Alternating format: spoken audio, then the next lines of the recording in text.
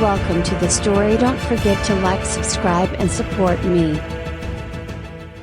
The vast emptiness of space had a way of making even the most seasoned officers feel small. Captain Lyra Hawkins wasn't immune to it, but she'd never let it show. Standing on the bridge of the police cruiser Orion, she glanced at the mission report for the third time since they'd left port. The missing spaceship Argo had reappeared out of nowhere, transmitting a weak, scrambled distress signal. For weeks, the ship had been presumed lost, and now, without explanation, it drifted on the edge of known space, waiting like a ghost. "We're approaching the Argo, Captain," Lieutenant Ethan Cole reported. He stood rigid at his station, a man more comfortable in routine than in mystery. "Bring us alongside," Hawkins replied, her voice calm but edged with tension. This wasn't their first retrieval mission, but something about this one felt off. She could sense it, a tug of unease pulling at her gut. Jackson Steele,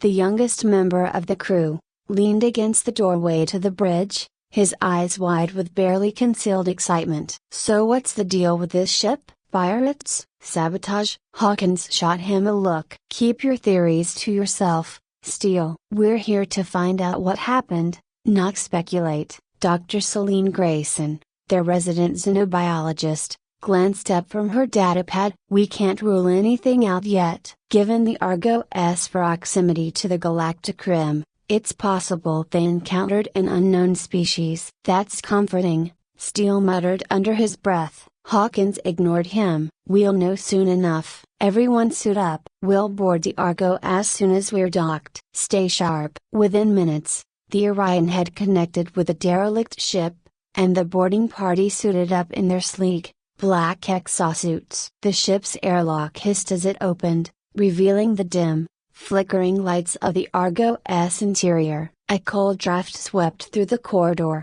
carrying with it a metallic tang that clung to the back of Hawkins' throat. "Stay close," she ordered, leading the way with Cole at her side. Steele followed, his energy muted by the eerie silence that hung over the ship. Grayson brought up the rear, her face set in a calm, calculating expression. As they moved deeper into the Argo, the sense of abandonment became palpable. Personal belongings were scattered on the floor, tools, clothing, even food trays, but there were no signs of life. It was as if the crew had vanished into thin air. "Strange," Cole muttered. "No bodies, no signs of struggling broken bar. It's like they just a broken bar stopped." Steele's voice cracked through the comms. "This place gives me the creeps. Feels like we're being watched." "Focus," Hawkins snapped. But she couldn't shake the feeling either. Something was wrong.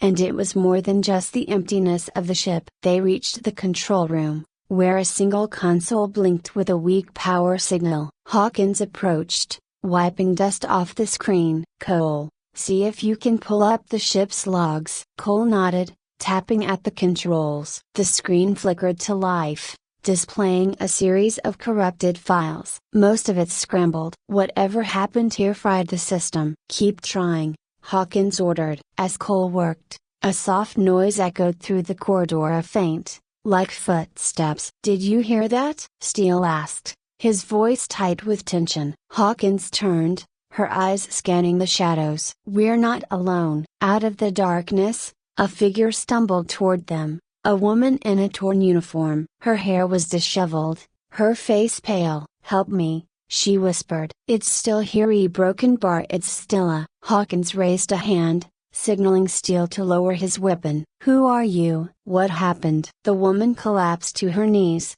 gasping for breath. "Marie Halley, Broken Bar Communications Officer. We Broken Bar, we tried to stop it, but it can look like us. It's in here." "It's a Broken Bar," she trailed off, her eyes wide with terror. Steele knelt beside her. "Look like us? What's she talking about?" Hawkins' stomach tightened. "She's saying there's something on board that can mimic people." Grayson crouched down, scanning Hale with a medical device. "Her vitals are all over the place, but physically, she seems fine. Whatever she's been through, it's psychological." Cole's voice cut through the tension. "Captain, we've got a problem. I've found something in the logs. but it's incomplete. The crew reported strange behavior among their ranks before the transmission went dark. The last entry mentions a life form they couldn't identify. Before Hawkins could respond, another noise came from the hallway. They turned to see a second figure emerge, another officer Hale, walking calmly toward them, unscathed and unafraid. Hawkins felt a chill run down her spine. What the hell, a broken bar? The second Hale spoke, her voice steady. Captain, you need to get off this ship. Whatever that I say. She pointed to the woman on the floor. Ray, it's not me. Steele's hand flew to his weapon, his eyes darting between the two Hales. What the hell is going on here? Lower your gun, Steele, Hawkins barked, her mind racing. Two identical people, each claiming the other was the imposter. She couldn't trust either one. Cole stepped forward cautiously. Captain, we need to isolate them, figure out who's telling the truth. Hawkins nodded, but her thoughts were spinning. Could it be true? Could this life form really mimic people so perfectly that even they wouldn't know? Grayson's voice was low, measured. It's possible, Captain. I've read about species that can adapt their physiology, but nothing on this level. We're dealing with something we've never seen before. Hawkins looked between the two Hales, each wearing the same face, the same expression. One of them was lying, but how could they possibly know which? Steele shifted nervously. What if it's not just them? What if this thing can look like any of us? The words hung in the air, heavy with implication. Hawkins' grip on her blaster tightened. She couldn't trust any, not even her own crew. Secure them both, she ordered. We'll figure out the rest later. Steele and Cole moved quickly, binding the hands of both Hales with restraints, though the task felt meaningless. If this entity could mimic people so perfectly, what good were restraints? As the group moved deeper into the ship, the atmosphere grew heavier, more oppressive. Every creak of the hull, every flicker of the lights, felt like a threat. They reached the medbay, where Grayson began analyzing both Hales with the ship's remaining diagnostic equipment. Hawkins stood at the entrance, her eyes scanning the corridor, her senses on high alert. Cole approached her, his voice low. Captain, I don't like this. If this thing can mimic us, how do we know it hasn't already? Hawkins didn't answer immediately. She felt the same fear gnawing at her, the creeping suspicion that no one, not even herself, could be trusted. We stick to protocol. Focus on the mission. We're here to find out what happened to the Argo. Nothing changes that. But something had changed. Something fundamental. The enemy was no longer some external threat. It was among them, wearing their faces, speaking with their voices. Grayson looked up from her work, her expression grim. There's no physiological difference between them, as far as the scanner is concerned. They're both human. That's impossible, Steele muttered. One of them has to be the creature. Grayson shook her head. If it is, it's perfect. It's mimicking every aspect of their biology down to the cellular level. Hawkins felt a cold sweat break out across her skin. This wasn't just a search and rescue anymore. This was a nightmare. Suddenly, the lights flickered, and the ship groaned as if under some unseen pressure. Steele jumped, his eyes darting around the room. What the hell was that? Grayson checked her console. Powers fluctuating. The ship's systems are barely holding together. Hawkins knew what that meant. Time was running out. If they didn't find a way to contain this entity, they'd be stuck on this ship with Ida, and eventually, it would pick them off, one by one. She turned to her team, her voice firm. We need a plan. Grayson, see if there's any way to scan for non-human signatures, something the entity can't mimic. Cole, get back to the control room and see if you can access the emergency systems. Steele, you're with me. We'll search the lower decks. Steele swallowed hard but nodded. You got it, Captain. As they split up, the weight of the situation pressed down on Hawkins. She could feel the fear creeping in, whispering doubts into her mind. But she couldn't afford to give in. Not yet. Captain Lyra. Hawkins led Steele through the narrow, dimly lit corridors of the Argo, the ship groaning under the weight of something unseen, oppressive. Every shadow seemed to shift in the corner of her vision, Every noise made her grip her blaster tighter. She had to keep her mind sharp and focused, but it was getting harder to ignore the doubt creeping into her thoughts. Was Steel still Steel? Could she even trust her own perceptions anymore? Steel was quiet as they moved, his usual cocky demeanor stripped away by the tension. He followed closely, scanning every corner, his blaster at the ready. The silence between them was thick, but neither dared to break it. Talking felt dangerous, as though speaking might somehow invite the thing lurking among them to strike. The lower decks were colder, the air thinner. As they descended, the dim lights flickered more often, casting brief bursts of light and shadow that made the space feel even more alien. They came to a door marked engineering and stopped. Steele glanced at Hawkins, his face pale behind the visor of his helmet. "You think it's down here?"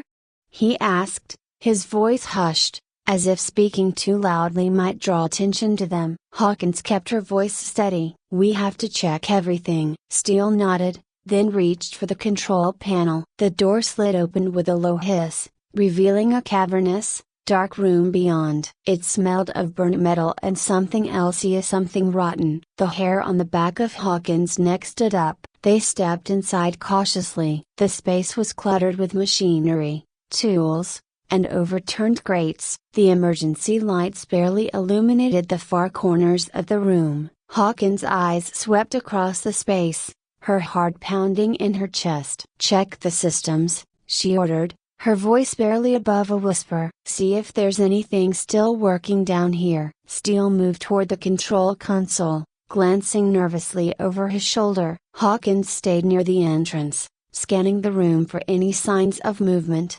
any hint that something was hiding in the shadows. Her mind kept circling back to the fact that the entity could look like anyone. It could already be here, watching, waiting for the right moment to strike. Steele muttered something under his breath as he tapped on the console. "Most of the systems down here are fried, but there's some power left in the auxiliary generator." Hawkins felt a flicker of hope. "Can you bring it online?" "I'll try." Steele's fingers moved quickly over the controls. A few seconds passed in tense silence, and then the lights in the room flickered to life. The hum of machinery returned, faint but present. "There we go," Steele said, exhaling in relief. "That should give us some more time." But Hawkins wasn't relieved. Her instincts were screaming at her that something was wrong. She moved closer to Steele, her eyes darting to the shadows. "Let's head back up. We need to regroup." Just as she turned toward the door, a noise echoed from the far end of the room. It was soft at first, a faint scraping sound,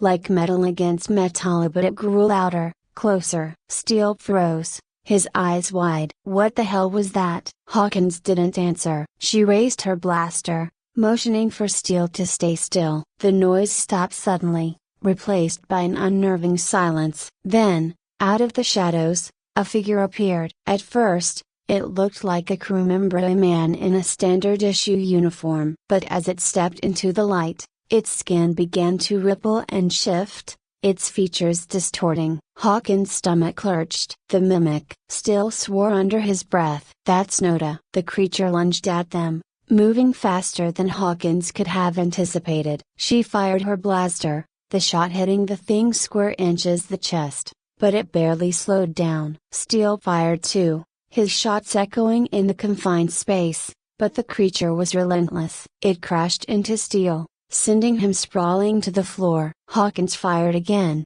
aiming for its head this time. The blast hit, and the creature let out an inhuman screech before collapsing to the ground, its body twitching violently. For a moment, neither of them moved, the air thick with a stench of burnt flesh. Hawkins rushed to Steele's side, pulling him to his feet. "You okay?" He nodded, though his face was pale. "Yeah, I think so." They both looked at the creature's body, now lying still on the floor. Its form was grotesque, the remnants of its human disguise melting away to reveal a mass of shifting, fluid-like flesh. "We need to get out of here," Hawkins said, her voice tight. Now, they moved quickly, retracing their steps through the corridors, their pace faster now. Every shadow felt like a potential threat, every sound a warning. By the time they reached the control room again, Hawkins' pulse was racing. Cole was waiting for them, his face etched with concern. "What happened down there?"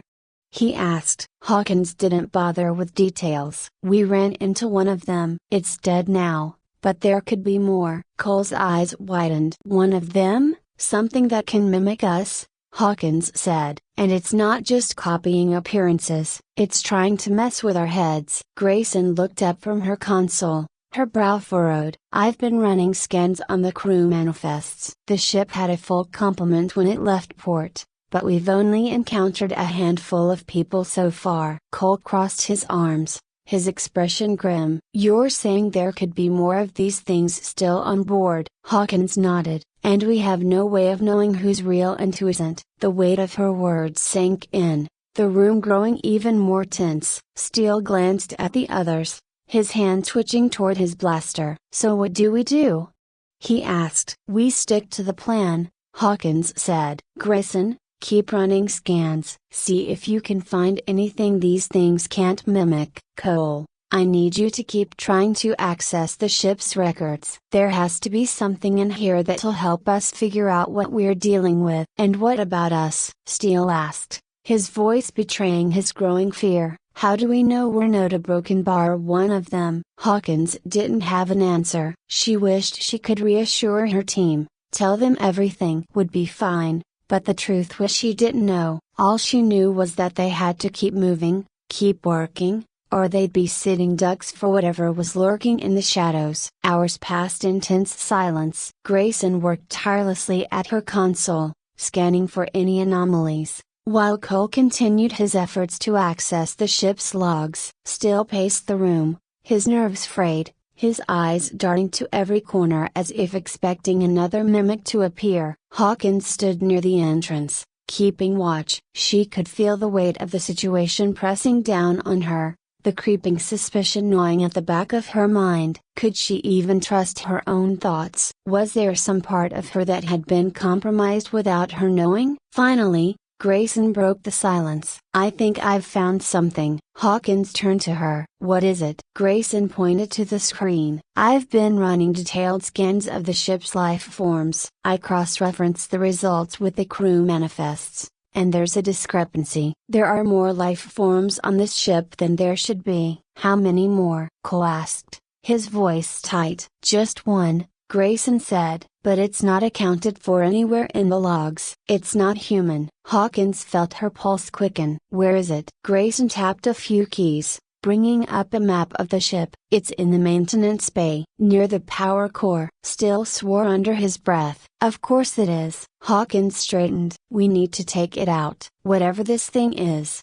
we can't let it stay on the ship." Cole frowned. "And what if it's already one of us?" Hawkins hesitated, the weight of his question settling over the room. But she couldn't afford to second guess herself now. "We'll cross that bridge when we come to it." The team geared up once more, their weapons ready as they made their way toward the maintenance bay. The corridors felt narrower, darker than before, and the silence was heavier. Hawkins led the way, her blaster held tightly in front of her, her senses on high alert. When they reached the maintenance bay, the air was thick with a strange, pungent odor or something chemical, mixed with the unmistakable stench of decay. The power core hummed in the background, casting an eerie blue light over the room. At the far end of the bay, something moved. Hawkins saw it first as shifting, fluid shape, hovering just beyond the light. It was unlike anything she'd ever seen before,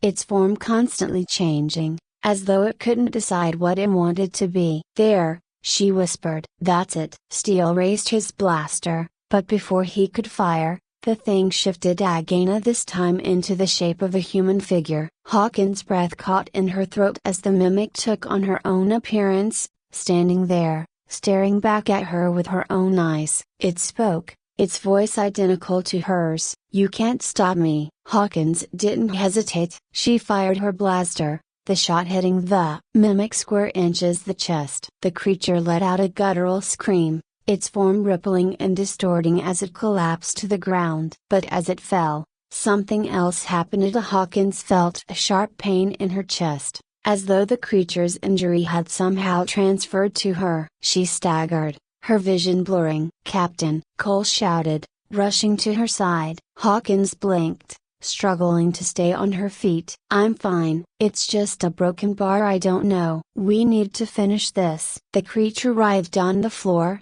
its body melting into a puddle of liquid flesh. Hawkins raised her blaster again, ready to fire the final shot, but before she could, the creature's form solidified once more, this time into a perfect replica of steel.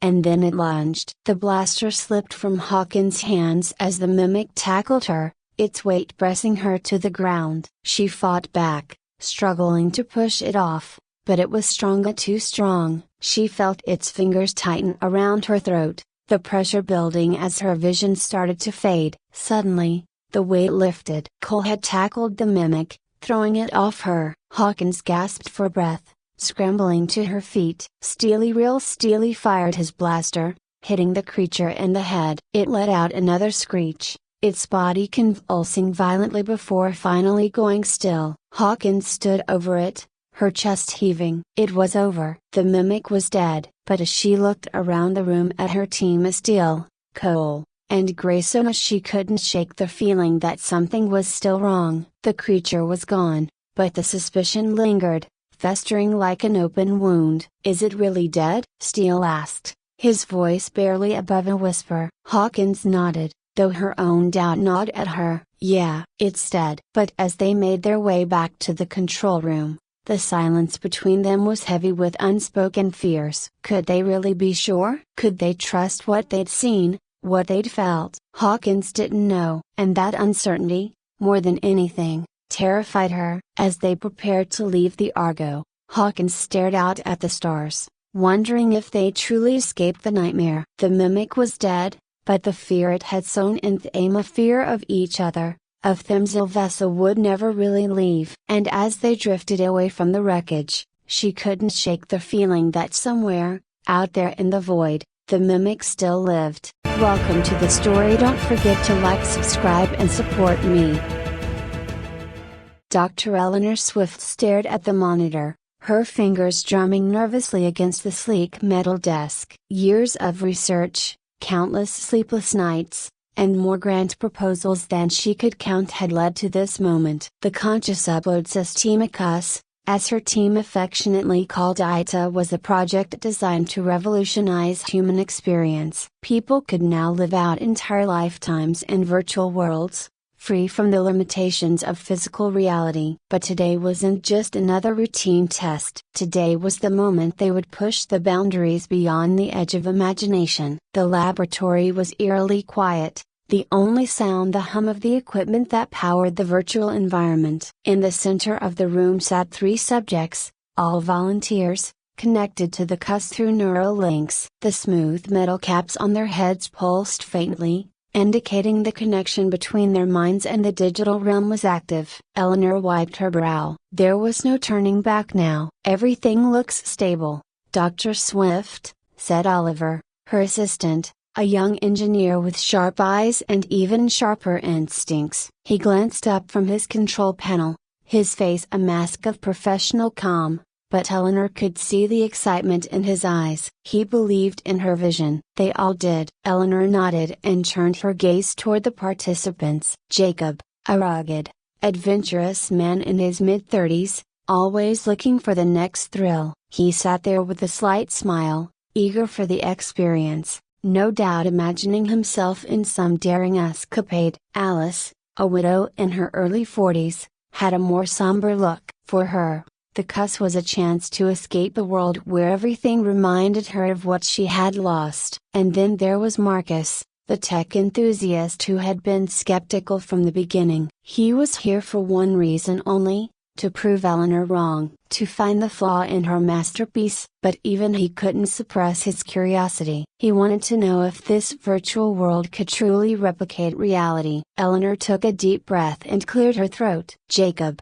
Alice, Marcus," she began, her voice steady despite the tension in the air. "You're about to experience something that no human being has ever encountered before. The Conscious Upload System will allow your minds to fully immerse in a digital world, as if you were actually there. You'll be able to feel, touch, and interact with the environment just as you would in the real world. Jacob gave her a thumbs up, grinning widely. Alice nodded, her face unreadable. Marcus remained silent, his eyes darting around, analyzing every detail of the room. Remember, this is a controlled test, Eleanor continued. You'll be in there for an hour. If at any point you want to leave, just think of the command word, disengage. The system will pull you out immediately. Piece of cake, Jacob said with a wink. Alice didn't respond, still deep in her own thoughts. Marcus gave a small,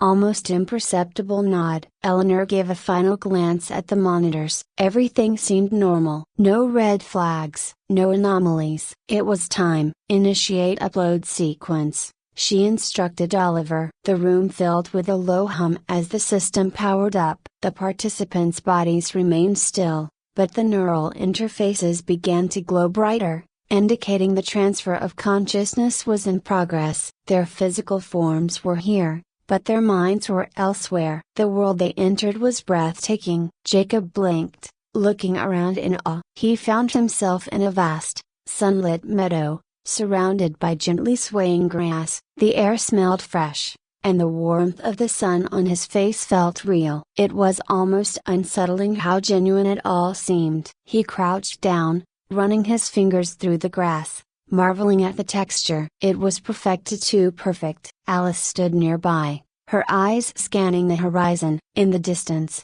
a peaceful village nestled against the base of a mountain, smoke curling from chimneys. For a moment, she forgot this was a simulation. She forgot why she was here. It felt like home, or at least a version of it that she had long lost. Marcus remained still, frowning. He touched his own face, felt the ground beneath his feet, and scowled. Too real, he muttered. This is too real. As the trio explored, a faint rumble echoed across the sky. Jacob looked up, squinting. What was that? Alice turned, her face pale. Did you hear that? Marcus frowned. Probably just part of the simulation. But the rumble grew louder, more insistent. The sky, once a brilliant blue, began to darken at the edges. The ground beneath them shuddered. Dr. Swift, is everything okay in there? Marcus asked aloud, his voice tight. Back in the lab, Eleanor stared at the monitors, her stomach twisting into knots. The system showed no errors. Everything was functioning as it should. But something was wrong. She could feel it. Dr. Swift? Marcus' voice crackled through the intercom, filled with tension. This wasn't part of the program, was it? Eleanor leaned forward, her eyes narrowing. No, Marcus, it wasn't. Suddenly, the world inside the cusp began to shift. The idyllic landscape warped, twisting and contorting as if some unseen hand was tearing it apart. The sky cracked open, revealing a vast, dark void beyond, and from that void, something began to emerge. Everyone, disengage! Eleanor shouted into the mech. Now, Jacob thought the word, willing himself to be pulled back into reality. Nothing happened. Disengage! Alice screamed, her voice rising in panic. But the command no longer worked. They were trapped. Marcus, ever the skeptic, remained calm, his mind racing for an explanation. This doesn't make sense, he muttered, pacing as the world around them crumbled. The system should have pulled us out. From the void, a figure emerged, tall, twisted, its form constantly shifting, like a mass of black smoke taking on half-formed shapes. Its eyes were hollow, yet filled with a malevolent awareness that chilled the group to their core. What the hell is that? Jacob whispered, his voice trembling for the first time. It's not part of the program, Marcus said. It can't be. Alice took a step back, her heart pounding. Then what is it? The creature or whatever it was hovered before them, its presence oppressive, suffocating. It wasn't made of code. It wasn't something Eleanor had created. It was something else. Something that had slipped through the cracks of the digital world and taken form. Marcus, Jacob hissed, you're the tech guy. Figure out how to get us out of here. I'm trying. Marcus snapped, his mind racing. But no matter how many commands he thought, nothing worked. The system wasn't responding. They were trapped inside, And this thing at this malevolent presencia was aware of them. "Run!" Jacob shouted suddenly, grabbing Alice's arm and pulling her away from the creature. "We need to move." The trio sprinted across the shifting landscape, but no matter how fast they ran, the creature was always just behind them, like a shadow they couldn't escape. The world continued to unravel, and the air grew thick with an unnatural chill. Eleanor's hands shook as she watched the monitors. The data streams were erratic, flickering wildly. She could see the participants' heart rates spiking, their brainwaves surging in panic. "Damn it!" she cursed, slamming her fist against the desk. "Why isn't it working?" Oliver rushed over, his face pale. "Dr. Swift, we've lost control of the system." The consciousness said they're not just uploaded. They merged. Eleanor froze. "Merged? What do you mean?" Oliver's voice trembled. "The system. It's like the virtual world and their consciousnesses have become entangled with something else, something we didn't create." Eleanor stared at the screens, her mind spinning. The experiment had gone far beyond anything she had imagined. Something had crossed into the system, something that wasn't supposed to exist. And now, it was hunting her subjects. Inside the cuss, Jacob, Alice, and Marcus found themselves cornered, the creature slowly closing in. It whispered incomprehensible words, its voice a low, guttural growl that seemed to bypass their ears and resonate directly in their minds. "It's trying to get inside our heads," Marcus gasped, clutching his temples. "It's not just here, it's in us." Jacob gritted his teeth, stepping forward. "We're not letting this thing win." Before anyone could react,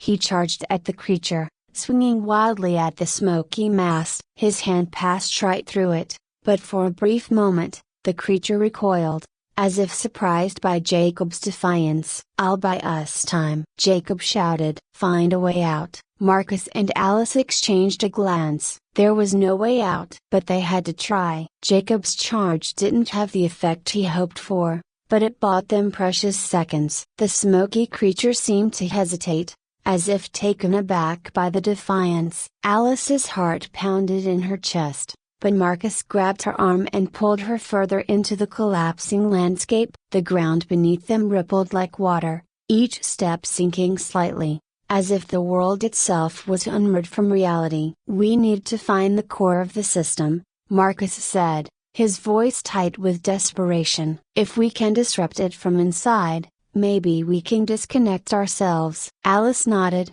her breath coming in short gasps. She wasn't a fighter like Jacob, nor a tech expert like Marcus. All she had was the instinct to survive, the same raw instinct that had kept her going after losing her husband. But this was a nightmare come to life. Behind them, Jacob kept shouting, hurling curses and threats at the creature. For a split second, Alice turned back to see him swing again, his fist passing through the entity, but it wasn't ignoring him. It was toying with him, savoring his struggle. He kept it distracted, giving them just enough time to flee. "Come on," Marcus urged, his pace quickening as the environment warped around them. Structures from the idyllic village twisted into grotesque shapes, the ground bubbling up into unnatural forms. The sky above was completely dark now, the black void swirling like a storm, and from the center of that void,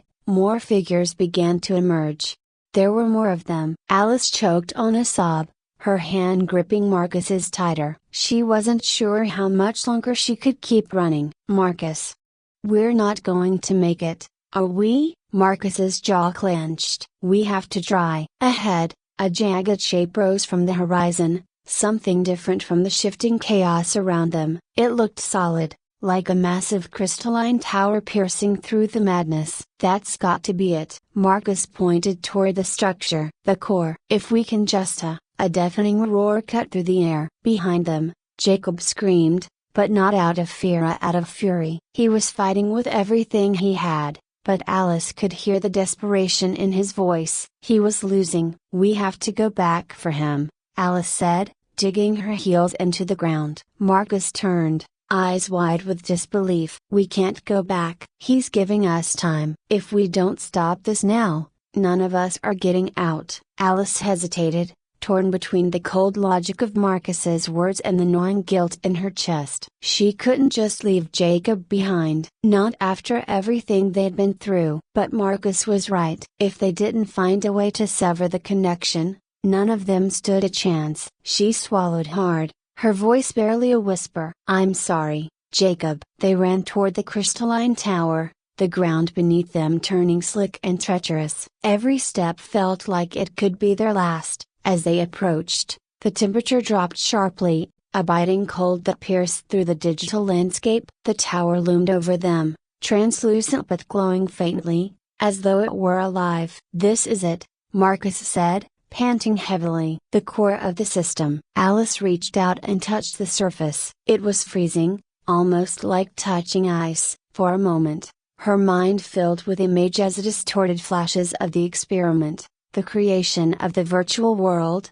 and something darker, something ancient and malevolent, lurking just beyond the digital code. It was as if the system itself had drawn these creatures in, like a beacon for the void. "We need to disrupt it," Marcus said, his fingers twitching as he accessed the neural interface, trying to hack into the core. "I can overload the system, force it to crash." As he worked, Alice kept watch, her eyes scanning the horizon. The creatures from the void were closing in, their forms flickering and twisting in the distance. Jacob's voice had fallen silent. She didn't know if he was still fighting or if he had already been consumed by the darkness. The guilt gnawed at her, but there was no time to dwell on it now. Suddenly, Marcus cursed under his breath. "It's not working. I can't access the override." Alice's heart sank. "What do you mean?" "The core. It's not letting me in. It's like it's alive. It's fighting me." He slammed his fist against the tower, frustration boiling over. "Damn it. There's got to be a way." Before Alice could respond, the ground beneath them shook violently. The creatures were getting closer, their presence warping the very fabric of the world around them. The tower itself began to flicker, as if reacting to their approach. "It's them," Marcus said, his voice filled with realization. "They're tied to this system. They're feeding off of it." Alice took a step back, her mind racing. If they're tied to the system, then maybe we don't need to destroy the core. Maybe we just need to sever their connection to it. Marcus looked at her, confusion and hope flickering in his eyes. "What are you saying?" Alice swallowed hard, the pieces of the puzzle starting to come together in her mind. "We can't destroy the core, but we can disrupt their hold on it. They're not part of the system. They came from somewhere else, somewhere outside. If we can cut them off from the source, maybe we can shut them out. Lock them in here, while we escape." Marcus stared at her for a long moment, then nodded slowly. "It's a long shot, but it might be our only chance." Alice's fingers trembled as she placed her hands on the crystalline surface again, focusing her thoughts. She could feel the cold seep into her skin, the oppressive presence of the creatures pressing down on her mind. But she also felt something else, an energy, a pulse, like a heartbeat buried deep within the system. This was the key. The connection. "I need you to guide me," Alice said, her voice steady despite the fear clawing at her. "Show me where to sever the link." Marcus's eyes widened in surprise. "You don't have the tech background for this." "How?" "I don't know," Alice admitted. "But I can feel it." "Just trust me." Marcus hesitated, then nodded. He reached out and placed his hands on hers, their minds connecting through the neural interface. Together, they focused on the core, pushing past the cold, past the fear, into the very heart of the system. The creatures were almost upon them now, their whispers growing louder, more insistent. But Alice pushed them away, focusing on the pulse beneath the surface, the connection that held them here. She followed the thread, her mind reaching into the depths of the virtual world, and there, buried deep within the code, she found Ida, their anchor.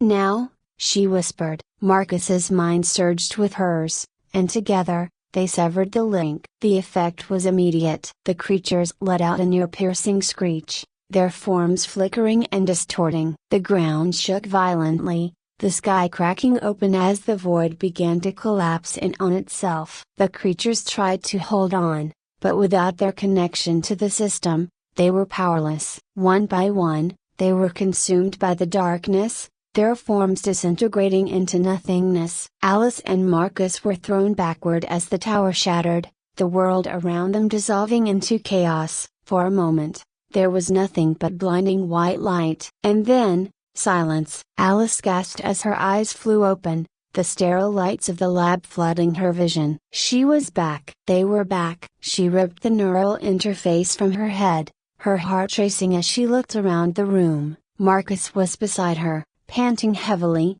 his eyes wide with disbelief. "We did it," he breathed. "We actually did it." Alice nodded, still in shock. But the relief was short-lived. She turned toward the third chair, the one where Jacob had been. It was empty. Her heart sank. "He didn't make it out," Marcus said quietly, his voice filled with sorrow. "He stayed behind to buy us time." Tears welled in Alice's eyes, but she blinked them back. Jacob had sacrificed himself for them. They had escaped because of him. But as she sat there, staring at the empty chair, a thought crept into her mind, chilling her to the core. Had they truly severed the connection? Had they really left the creatures behind? Or had something followed them back? Welcome to the story. Don't forget to like, subscribe and support me.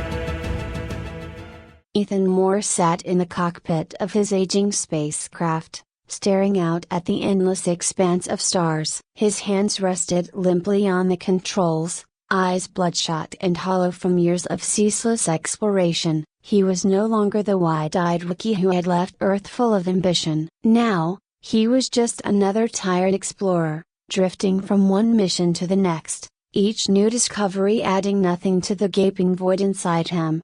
He had seen it holoplanets teeming with alien life, vast nebulae glowing in shades of violet and crimson, desolate moons that echoed only with the memories of civilizations long gone. But nothing filled that hollow space within him. The universe felt too vast, too uncaring, and the more he explored, the less he felt connected to anything, including himself. The blinking light on the dashboard indicated he had arrived at his destination. Fluorescence. The name had popped up in mission briefs only recently. Uncharted, located on the far edge of human space, and emitting an energy signature unlike anything previously recorded. There were rumors. Of course, there always were. Some said the planet had healing properties, that its flora could cure even the deepest emotional wounds. Others dismissed it as just another strange, unexplored rock among billions. Ethan didn't care either way. This was supposed to be his last mission before retirement, a final assignment to tick off the list. He hoped to find peace in solitude, nothing more. As he descended through the planet's atmosphere, his sensors lit up with readings unlike any he'd seen before. Fluorescence was alive, pulsing with energy. The vast jungles stretched out below him, a sea of green interspersed with brilliant flashes of color flora that glowed with an inner light, as if they were aware of his arrival. The ship touched down with a gentle thud. Ethan powered down the engines, took a deep breath, and stepped out. The air was thick with a heady fragrance of something floral, but also familiar in a way he couldn't quite place. He inhaled deeply, feeling the tension in his muscles begin to ease. The ground beneath his boots was soft, covered with a vibrant moss that seemed to shift colors as he walked across it, responding to his presence. He wandered through the jungle, setting up temporary sensors to record data, but his mind wasn't on the mission. He found himself stopping frequently, breathing in the unfamiliar scents, marveling at the way the plants seemed to glow in time with his heartbeat. It was subtle at first, almost imperceptible, but the longer he stayed, the more he felt a connection between himself and the planet, as if fluorescence were aware of him, adjusting itself to suit his needs. By the time he reached a small clearing, he realized how much lighter he felt. The weight of the years seemed to slip off his shoulders. The ever-present ache in his knees, a reminder of an old injury, had lessened. He stared at the surrounding flora, their soft glow filling the air with hues of lavender and blue. The plants swayed gently, Though there was no wind, the day passed without incident. Ethan gathered samples, recorded the planet's energy emissions, and returned to the ship for the night. But sleep eluded him. His mind raced with thoughts of the past, of the lives he had touched and left behind, of the mistakes he had made. The memories came unbidden, yet instead of the usual sharp pain that accompanied them, there was only a dull ache, as if the planet itself were softening the edges of his sorrow. The next morning, he set out to explore further. He followed the path deeper into the jungle, where the plants became more varied, more vibrant. The fragrances grew stronger, changing with each step, and Ethan found his mind clearing. The fog of fatigue lifted, and he felt as strange, but whole. There was no other way to describe it. Several hours in, he came across a massive tree, its roots curling like tendrils across the forest floor. Its bark glowed faintly, a deep, rhythmic pulse of light that seemed to emanate from within. Ethan stared, transfixed. He couldn't explain why, but he knew this was the heart of Florisis. Everything about the planet revolved around this tree. Without thinking, he set up camp nearby. He would spend the next few days observing it, studying its properties. As he sat down to rest, a wave of exhaustion washed over him, and not the physical kind,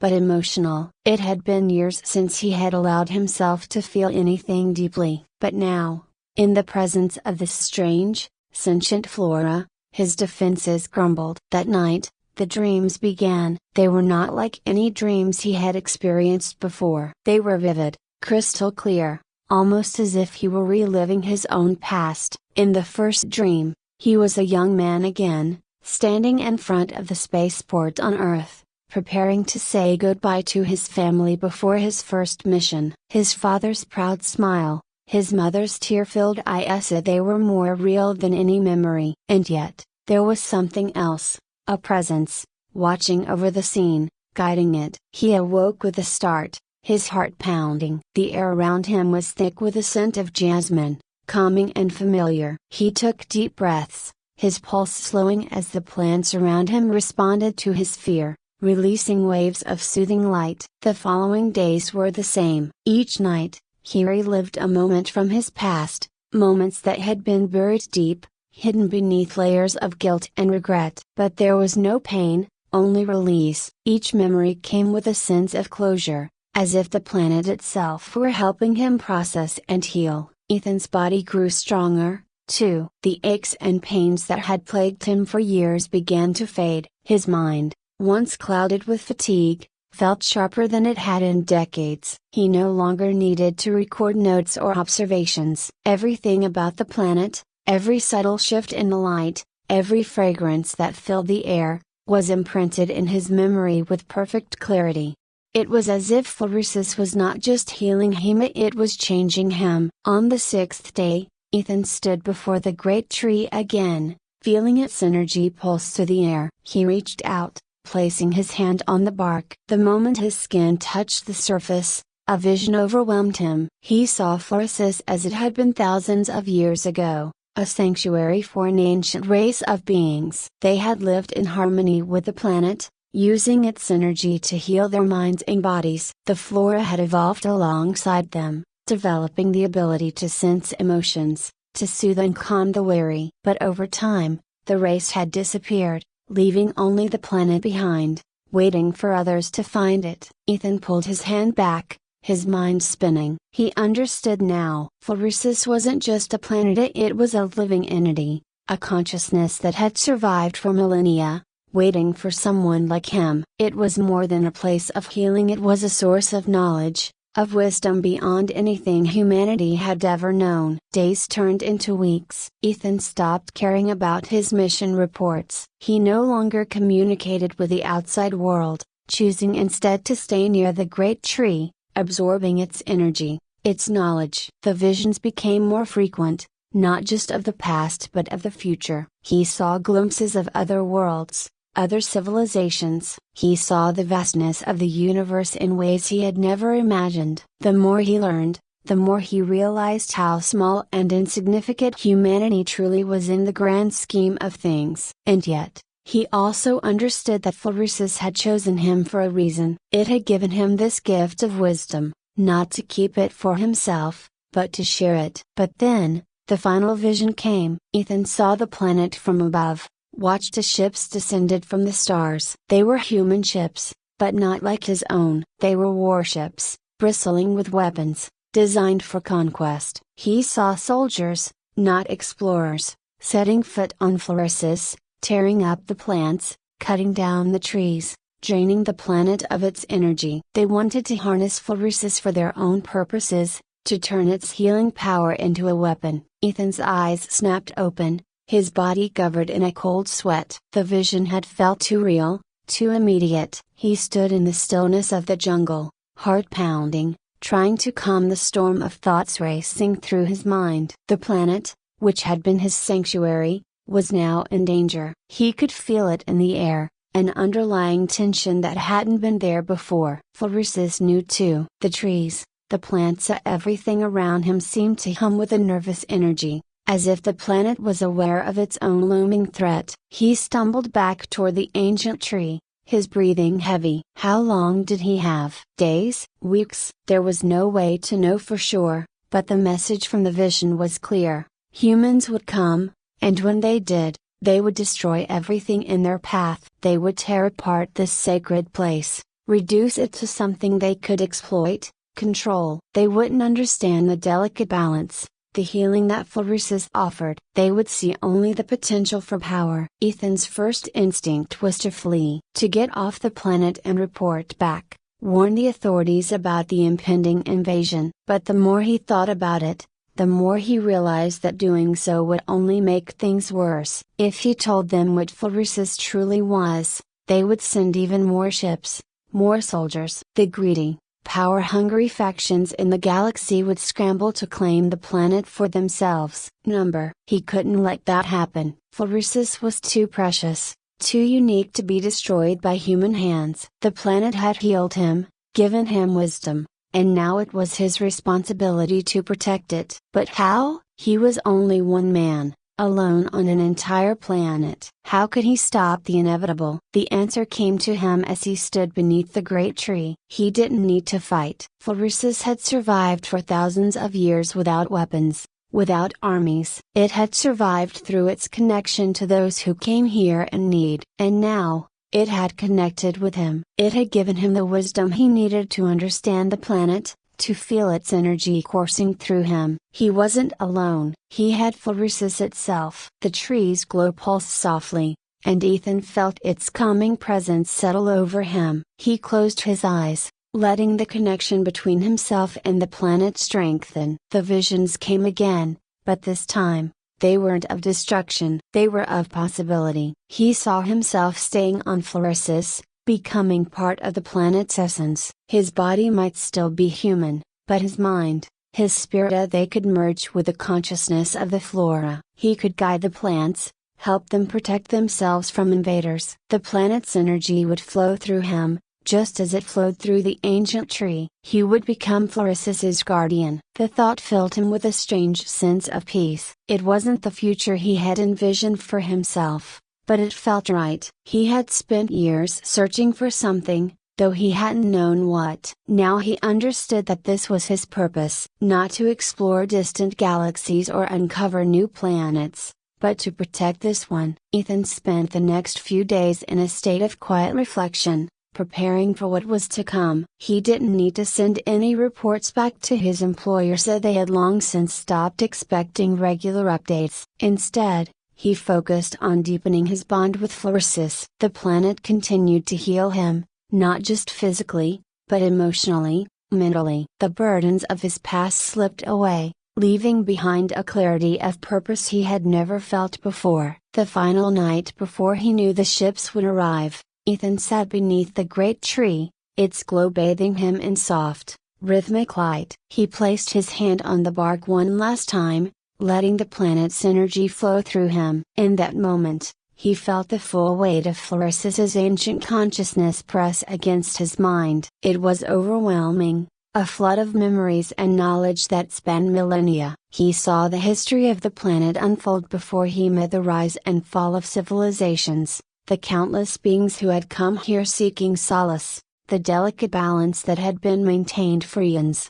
And then he felt Ida emerging, his consciousness blending with the planets, his thoughts becoming one with the flora, the trees, the energy that pulsed through the very soil beneath his feet. He wasn't Ethan Moore anymore, not really. He was something more, something greater. He was Phlorusis. The next morning, he stood at the edge of the clearing, waiting. He could sense them before they arrived at the ships, the soldiers, the machines of war descending from the sky. The rumble of engines shook the ground, and the air was thick with the scent of exhaust and burning fuel. But Ethan didn't feel fear. He was calm, at peace. He knew what he had to do. The first of the soldiers emerged from the dropships, armed to the teeth, their eyes scanning the jungle with cold precision. They were here to conquer, to strip the planet of its secrets. But they had no idea what they were walking into. As they approached the edge of the clearing, the plants began to react. The soft,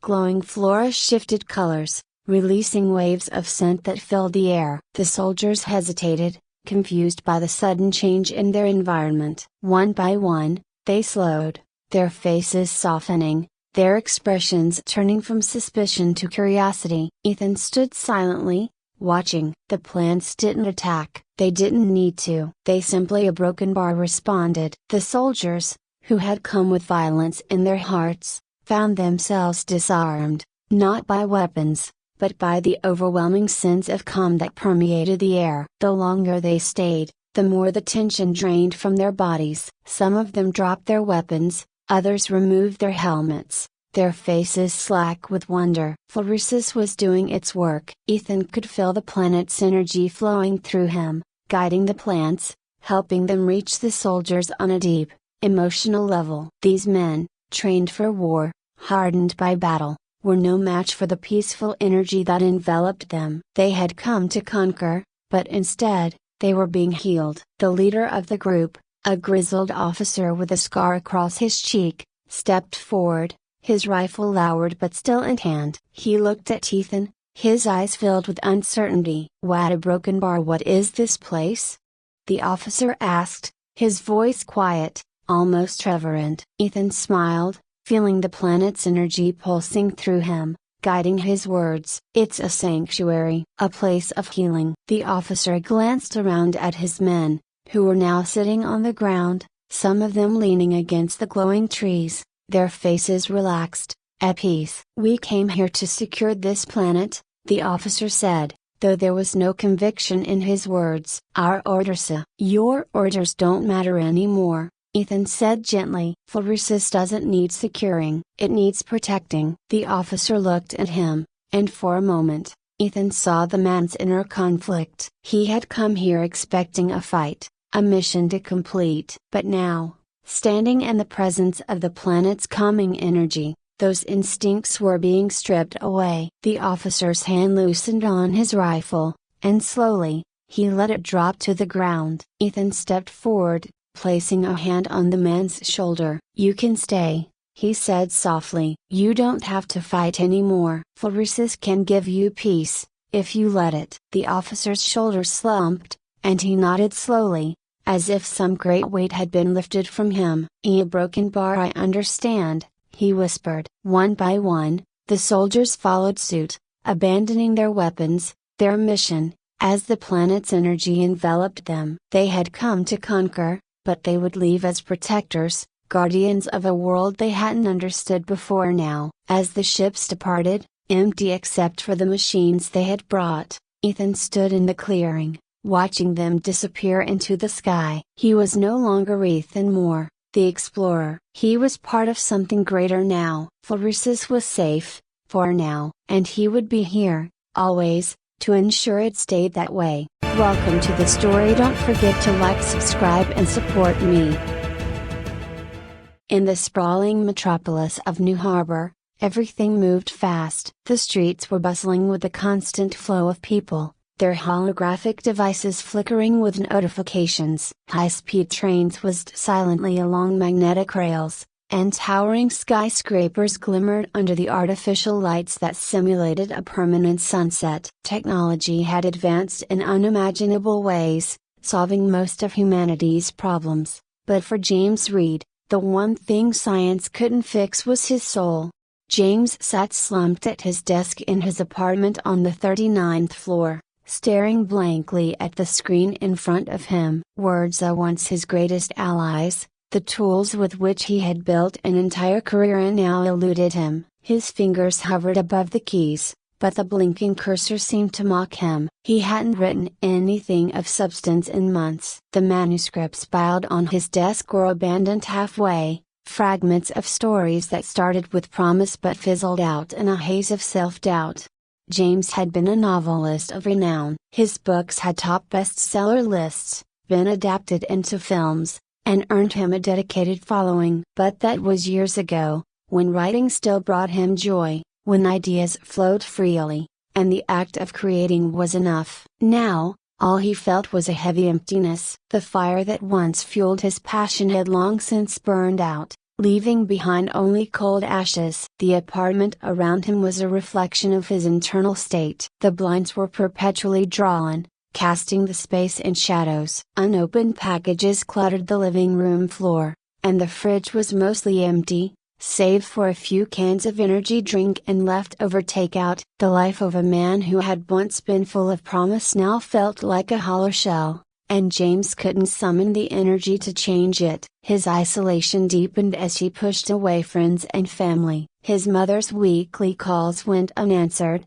and invitations to meet with old writing colleagues were declined. He couldn't bear the thought of facing them, of admitting that the man they admired was now a mere shadow of himself. It was on one of these lonely, bleak mornings that his best friend, Elena, dropped by unannounced. A neuroscientist and James's only remaining connection to the outside world, Elena had always been a force of nature. She had an insatiable curiosity about life and was relentless in her pursuit of knowledge, traits that had driven her to spearhead some of the most advanced developments in brain science. She let herself into James's apartment without knocking, her eyebrows knitting together in concern as she took in the state of the place. "James, this is grim," Elena said, her voice soft yet firm. She made her way through the clutter and took a seat on the couch, which was covered in crumpled pages and empty coffee cups. James barely looked up from his desk. "I'm fine," he muttered, though it was clear to both of them that he was anything but. "Fine isn't exactly how I describe you right now," she replied, her tone growing more serious. "You haven't returned my calls in weeks. You've been in this funk for far too long." James exhaled sharply, rubbing his eyes. "I can't write anymore, Elena. I don't have it in me." Elena crossed her arms, considering him for a moment before she spoke again. "There's something I want you to try." James glanced over at her, skepticism written all over his face. "If it's another new therapy or some self-help book." "It's not that," she interrupted, reaching into her bag and pulling out a small device. "This is something different." James stared at the sleek, silver gadget in her hands. It looked like a futuristic headset, with intricate circuitry running along its frame and small, glowing indicators on the sides. "This is the latest development from my team at the lab," Elena explained, her voice filled with excitement. "It's called the Time Healing Pod. It allows you to revisit your past, your most cherished memories, fully immersive, like you're really there. It's designed as a form of therapy, to help people reconnect with the best parts of their lives, and in doing so, heal." James raised an eyebrow, unimpressed. "Time travel?" "Really?" "No, not time travel. Think of it like reliving your memories, but in such vivid detail that it feels real. It's not just visuals, it's the smells, the sounds, the emotions. You experience it all, as if it's happening again." It's been incredibly effective in helping people with depression, PTSD, anxiety. "I think it could help you." James looked down at the headset, his fingers brushing against the cool metal. The idea of escaping into the past was tempting, but something about it made him uneasy. "Elena, I don't think just try it, James," she said, her voice gentle but insistent. "You're stuck. This could be a way to help you get unstuck." He hesitated, then nodded reluctantly. "Fine. But if this is some glorified VR game, I'm not buying it." Elena smiled, relieved that he was willing to give it a shot. She stood up and helped him set up the pod, placing the headset gently on his temples. The device hummed to life, and a soft, cool sensation spread across James's forehead as the electrodes made contact with his skin. "Close your eyes," Elena instructed. "I want you to think about a time in your life when you felt truly happy. A moment where everything felt right." James sighed, leaning back in his chair, the cool touch of the pod against his temples. He closed his eyes and let his mind wander. At first, all he could think about was the darkness, the void that had consumed his life over the past few years. But then, slowly, memories began to surface, images of his childhood, of summers spent at his grandparents' house in the countryside. He focused on one specific memory, a day when he was 8 years old. It had been a warm afternoon, the sun high in the sky, and he had spent the day exploring the woods behind his grandparents' home with his younger brother, David. The air had been filled with the scent of wildflowers, and the sound of cicadas droned in the background. It was a time when life felt simple, and his imagination was limitless. As the memory took shape in his mind, he felt a strange pull, as though he were being drawn deeper into it. The hum of the pod grew louder, and suddenly, the world around him shifted. When James opened his eyes, he was no longer in his apartment. He stood in the middle of a vast, sunlit meadow, the tall grass swaying gently in the breeze. The air was fresh and warm, and the sky above him was a brilliant blue, dotted with fluffy white clouds. It was exactly as he remembered. He looked down at his hands, astonished to see them smaller, the hands of a child. He was wearing the same faded overalls and worn-out sneakers he had worn that summer. He could feel the heat of the sun on his skin, the coolness of the grass beneath his feet. It was all so real. In the distance, he could see his grandparents' house, a quaint old farmhouse with a wraparound porch. His heart swelled with a mix of nostalgia and disbelief. He was really here, back in his childhood,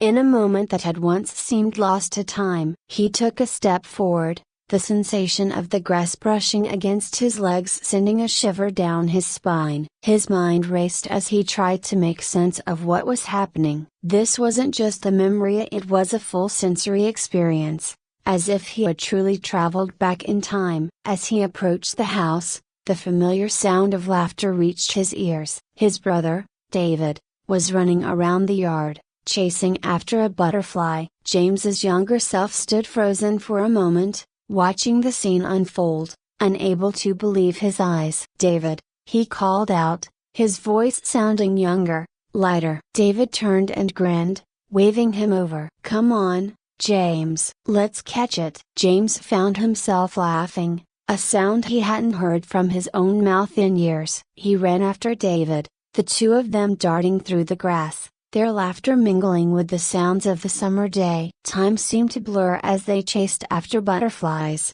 climbed trees, and explored the woods. For the first time in years, James felt happy. James felt the weight of the years lift from his shoulders as he immersed himself fully in the memory of that perfect summer day. His mind, long burdened with darkness and doubt, now found itself filled with the innocence and joy of childhood. Each sensation was sharper than any he'd felt in years: the feel of the earth beneath his bare feet, the scent of sun-warmed grass, and the laughter of his brother, ringing clear and pure through the trees. The day unfolded effortlessly, like the pages of a beloved book. James and David explored the woods, discovering hidden streams and secret hideouts, their imaginations fueling endless adventures. They pretended to be explorers, heroes in their own fantastical worlds, unburdened by the complexities of adulthood. Every moment felt alive with possibility, and James marveled at how real it all felt. He hadn't experienced this kind of happiness in what felt like a lifetime. It wasn't just the nostalgia that gripped him, it was the rediscovery of something he had forgotten, a sense of wonder, a belief that the world was full of stories waiting to be told. Here, in this memory, he was free. He wasn't the man plagued by writer's block or self-doubt. He was a boy with endless potential, his entire life stretched out before him, full of promise. As the sun began to dip toward the horizon, casting long golden shadows across the meadow, James and David returned to the farmhouse. The smell of dinner, roast chicken and fresh vegetables wafted through the open windows, mingling with the cool evening air. Their grandparents, who had always seemed larger than life to James, were sitting on the porch, watching the boys with fond smiles. His grandmother, with her kind eyes and ever-present apron, beckoned them inside. James followed his younger self up the wooden steps, feeling the familiar creak beneath his feet. Inside, the house was just as he remembered it, warm, comforting, filled with the smells of home. The walls were lined with family photos, and the old grandfather clock ticked steadily in the corner, its rhythmic chime marking the passage of time. They sat down to dinner, the simple meal somehow tasting better than any food James had eaten in years. His grandparents talked and laughed, recounting stories of their own youth, and James felt an overwhelming sense of peace wash over him. For a brief moment, it was as if nothing had changed. The years of loneliness, the isolation, the creative drought, it all melted away in the warmth of the memory. But as the evening wore on, a strange sensation began to settle in the back of his mind. A feeling of unease, like something was out of place. He pushed it aside at first, not wanting to spoil the moment, but it grew stronger, a subtle distortion in the otherwise perfect memory. His grandmother's voice, once clear and lively, began to sound distant, almost as if it were coming from underwater. The edges of the room started to blur, the colors fading slightly, as if the memory itself were unraveling. James frowned, glancing around, but no one else seemed to notice. "James," his grandmother said, her voice suddenly louder, cutting through the haze. She turned to him, her eyes locking onto his with a seriousness he hadn't seen before. "You don't belong here anymore." The words hit him like a punch to the gut. His heart pounded in his chest, and for the first time since he'd entered the pod, James felt a surge of panic. This was just a memory, a carefully curated piece of the past. But her words felt so real, so final, as if she were speaking directly to the man he was now, not the boy he had been. James started, but his voice faltered. He didn't know what to say. He didn't want to leave. Not yet. Not when everything here felt so perfect, so safe. His grandmother smiled gently, her eyes softening. "The past is a place to visit, not to stay. You need to live in the present, James." The room around him continued to blur, the edges of the memory distorting as the pod struggled to maintain its hold. James felt a deep sadness well up inside him. He didn't want to leave this place, this time when everything was simple and good. But as much as he wanted to stay, he knew his grandmother was right. With a heavy heart, James stood from the table. His younger self looked up at him with wide eyes, confused. "Where are you going?" David asked, his voice filled with the innocent curiosity of a child. "I have to go," James replied softly, his throat tight. He turned to his grandparents, his eyes lingering on them for a moment longer, committing every detail to memory. Then, with one final look at the house, the woods, the meadow, he closed his eyes. When he opened them again, he was back in his apartment. The hum of the time-healing pod faded as the device powered down, its sleek lights dimming. James blinked, disoriented, as the world around him came back into focus. The air felt colder, the silence of the room stark compared to the vibrant sounds of his memory. He reached up and removed the headset, setting it carefully on the desk. His heart was still racing, his emotions a tangled mix of longing and acceptance. The past, as beautiful as it had been, was gone. But for the first time in a long while, James didn't feel weighed down by that loss. Elena, who had been watching from the corner of the room, approached cautiously. "How do you feel?"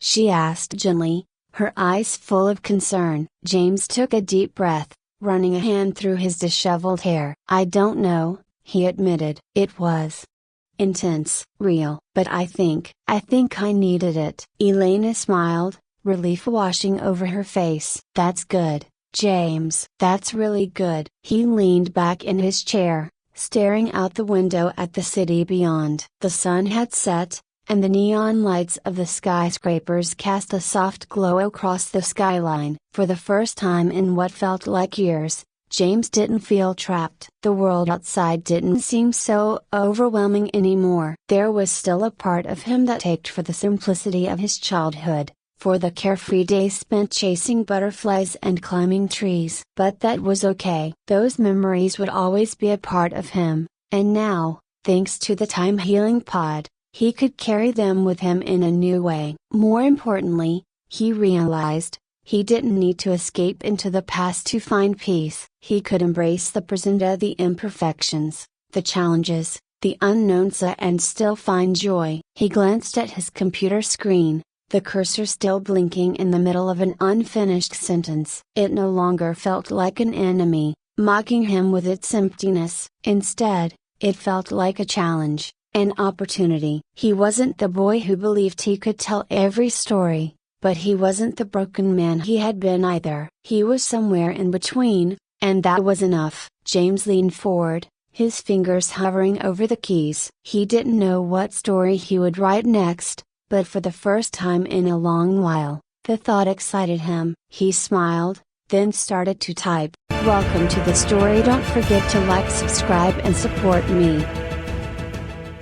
In a quiet corner of the cosmos, deep in a star system few had ever ventured to, a planet called Aramis held a secret. It wasn't the vast oceans or the gleaming crystalline mountains that made it remarkably, though they alone could take one's breath away. It was the sound, a sound unlike anything known to human or alien ears. Those who had ventured close enough to hear it spoke of its mystical properties, of how it seemed to resonate not only in the air but deep within the mind. It was said to induce a state of meditation so profound that it unlocked the deepest corners of one's psyche, unraveling confusion and dispelling emotional storms. Some even claimed it brought peace to those who had been lost to their own despair. Dr. Alara Grant, a renowned psychotherapist, sat quietly aboard the sleek star cruiser as it glided through space, heading toward Aramis. Her fingers brushed lightly over the smooth, leather armrest of her seat as her eyes scanned the deep blackness of space outside. For years,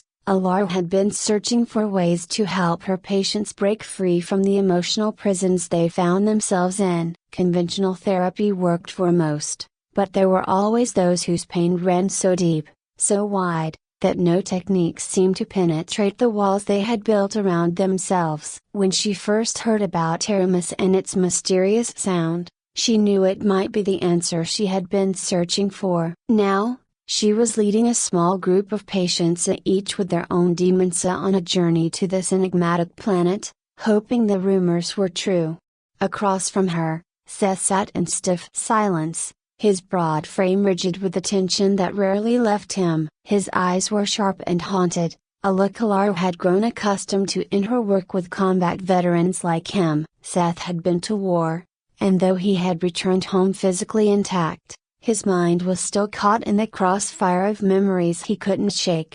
Next to Seth sat Leah, a woman who seemed to be constantly on the verge of shattering. Her neatly pressed suit and perfectly coiffed hair were the only things holding her together. As a high-powered executive, Leah had always thrived on control. But control had a price, and hers had come in the form of chronic anxiety that no amount of meditation apps or luxury vacations could soothe.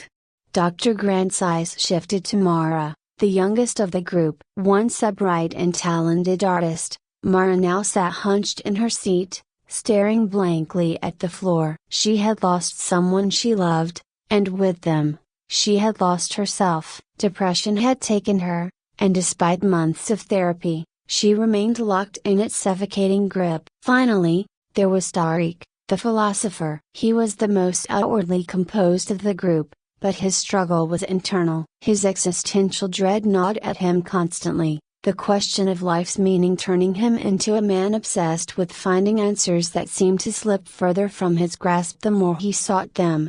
They were an unlikely group, brought together by the hope that Aramis would offer them something no therapy had a way back to themselves. Dr. Grant, Seth's deep voice cut through the quiet hum of the ship's engines. You really think this planet's going to fix us? Alara smiled softly, though there was a weariness in her eyes. I don't think it's about fixing anyone. But sometimes, we need help finding what's already inside us. That's what Aramis might do. Seth grunted, clearly skeptical, but he leaned back in his seat, accepting her answer for now. The journey was long, and as the hours stretched on, the group remained mostly in silence, each lost in their own thoughts, their own battles. As they approached Aramis, the planet's crystalline surface shimmered in the distance. From the bridge, the captain's voice crackled through the intercom. Dr. Grant, we're coming up on the landing zone. There's been a bit of an issue with magnetic interference, so we'll have to land farther out than planned. It's going to be a bit of a trek to reach the source of the sound. Alara nodded, unbuckling her seatbelt and standing. Understood. We'll manage. The group gathered their belongings and followed Alara as the ship touched down on the outskirts of a vast, gleaming plain. The air on Aramis was crisp and cool, and as they stepped out onto the planet's surface, the first faint hum of the sound reached their ears. It was subtle, barely there, like a whisper in the wind, but it was enough to stir something deep inside each of them. Do you hear that? Leah whispered, her hands gripping the straps of her pack tightly. It''s ... It's like it's speaking to me. Mara looked up for the first time in hours, her eyes wide. I feel it too, she murmured, like it's pulling at something inside. Alara took a deep breath, feeling the hum vibrate through her bones. That's the sound. It's just the beginning. The trek across Aramis was more challenging than expected. The terrain was uneven, and the group found themselves navigating rocky cliffs and dense, otherworldly forests. The hum of the sound grew louder with each passing hour, and with it, their emotions began to unravel. Seth, usually stoic and composed, began to snap at the others, his patience fraying. This is ridiculous, he growled, wiping sweat from his brow. We should have stayed on the ship. Leah, who had been meticulously checking her gear every few minutes, finally lost her temper. If you'd stop complaining for 5 minutes, we might actually get somewhere. Tariq, always the philosopher, merely sighed. Perhaps this journey is a metaphor for the challenges we face within ourselves. Oh, shut up, Tariq, Mara snapped, surprising everyone. She had barely spoken the entire trip, and now her voice was sharp and cutting. Not everything has to be some grand philosophical journey. Sometimes it just sucks. Alara watched them, her heart heavy. This was exactly what she had feared, that the journey would bring out the worst in them before it brought any kind of peace. But she knew they had to push through it. Healing was never easy. The group continued onward, the tension between them palpable. As they moved closer to the source of the sound, strange things began to happen. The hum, now much louder, seemed to seep into their minds, stirring up vivid memories and hallucinations. Seth stopped suddenly, his face pale. Do you hear that? He asked, his voice trembling. I can hear them. The screams. Alara placed a hand on his arm, grounding him. It's just the sound playing tricks on your mind, Seth. Stay with me. But Seth shook his head, his eyes wide with fear. No. No, they're real. I can hear my unit. I can hear them dying. Alara knew better than to try and convince him otherwise. The sound was dredging up his deepest trauma, forcing him to relive the horrors of war. She could only hope that by confronting it, he would find some measure of peace. Leah, too, was struggling. Her hands shook as she tried to maintain control, her breath coming in short, panicked gasps. I can't do this, she whispered. "I'm not in control. Everything's falling apart." Mara, who had been silent for most of the trek, suddenly collapsed to her knees, tears streaming down her face. "I can see him," she sobbed. "I can see him, but I can't reach him. He's gone. He's gone forever." Alar's heart broke for her patients. They were each being torn apart by the very thing that was supposed to help them, but she knew this was part of the process. The sound of Aramis wasn't a quick fix. It forced you to confront your pain head on, to walk through the fire before emerging on the other side. As the group pressed forward, the landscape around them began to shift. The crystalline mountains loomed closer, their surfaces shimmering with an otherworldly light. The hum had become a steady vibration, resonating deep within their chests, their minds, their souls. The crystalline mountains rose before them, towering and shimmering with an ethereal glow. The sound had grown so intense now that it seemed to pulse in their very bones, a constant hum that resonated deep within. Each step brought the group closer to the source of the sound, but it also deepened their struggles. Seth trudged ahead, his brow furrowed in silent torment. His military training had conditioned him to push through pain, to fight through fear, but here, there was no enemy to confront. The only battle was within, and it was one he'd been losing for years. His hands clenched and unclenched as he tried to suppress the flood of memories, the explosions, the screams, the blood. He could feel his heart racing, his chest tightening as the hum grew louder, bringing him closer to the darkness he'd spent years trying to escape. Behind him, Leah walked in a fragile silence, her breath shallow and uneven. She had been a woman who thrived on control, on precision. Every detail of her life had been meticulously planned, every outcome calculated. But here, in this strange, alien landscape, she was powerless. The hum of the sound stripped away her carefully constructed walls, leaving her vulnerable, exposed. She could feel it unraveling her, piece by piece, until all that was left was the fear she had buried deep inside. Fear of failure, fear of losing everything she had worked for, fear of losing herself. Mara trailed behind the group, her steps slow and hesitant. The pain of her loss weighed heavily on her, and the sound only amplified it. The image of her lost love flickered in her mind, clear and sharp. It was as if she could see him, just out of reach, his face smiling at her the way he used to. But every time she tried to reach for him,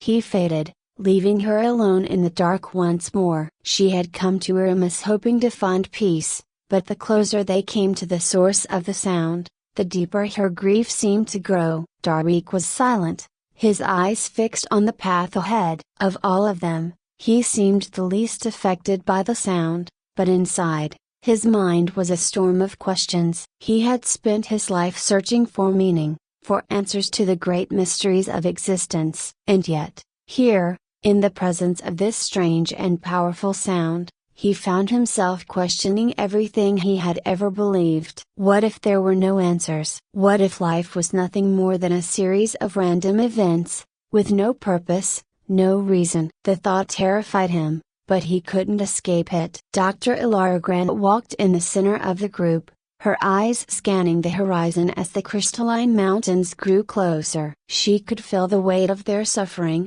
each of her patients trapped in their own private hells. The sound of Aramis was doing what she had hoped, but in a way she hadn't anticipated. It wasn't offering them peace, it was forcing them to confront their pain, their fears, their deepest insecurities, and it was breaking them apart. But perhaps that was the point. Perhaps they needed to be broken before they could be healed. As they reached the base of the crystalline mountains, the group came to a halt. The source of the sound was close now, so close that it was almost unbearable. The ground beneath them hummed with low, steady vibration, and the air seemed to shimmer with a faint, otherworldly light. Before them was a narrow path that wound its way up the mountain, leading to a cave at the summit. The sound emanated from within, a deep, resonant tone that seemed to beckon them forward. Seth was the first to speak, his voice tight with emotion. "We've come this far. Might as well see it through." Leah nodded,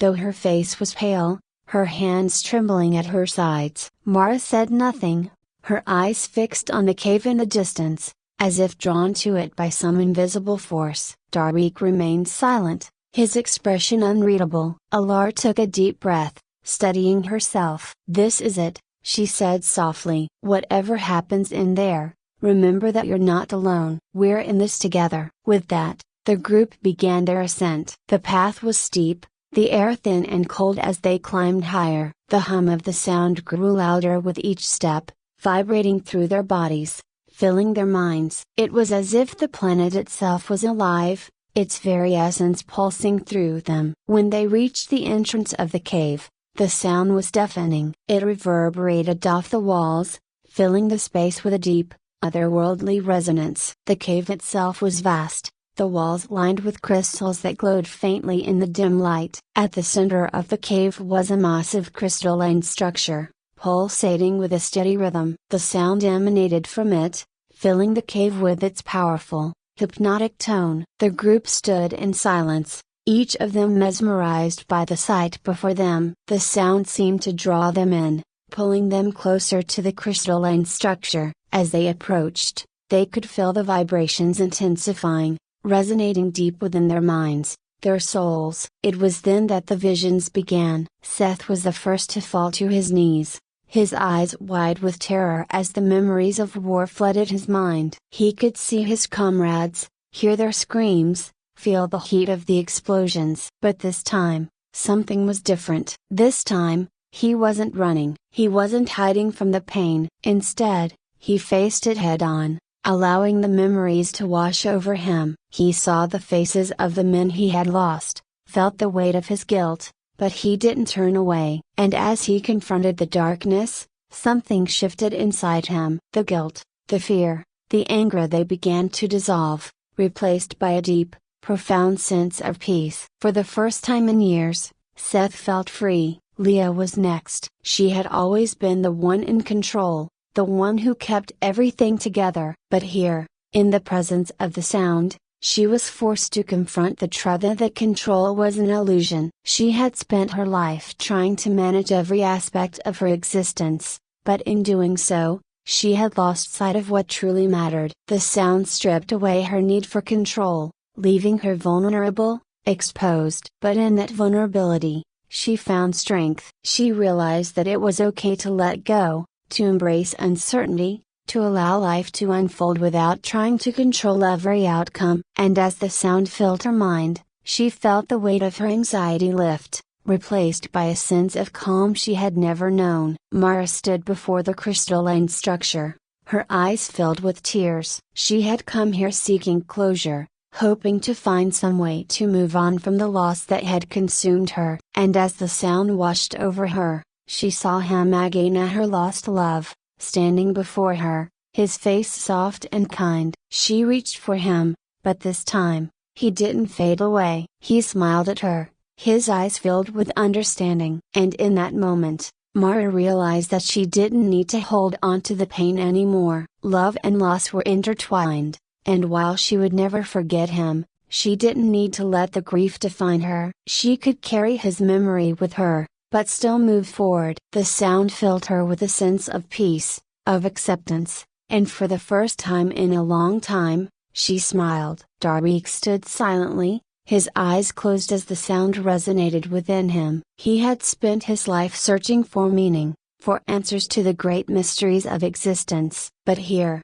in the presence of the sound, he found something unexpected. He found peace in not knowing. He realized that life didn't need to have all the answers, that meaning could be found in the journey itself, in the experiences, in the connections with others. The sound filled him with a sense of clarity, of understanding. And with that understanding came peace. Dr. Ilara Grant watched as her patients each found their own peace, their own sense of closure. She had brought them here hoping to help them heal, but in the process, she had found healing for herself as well. The sound had forced her to confront her own fears, her own doubts about her ability to help others. And in doing so, it had shown her that healing wasn't about fixing people, it was about guiding them, supporting them as they found their own path to peace.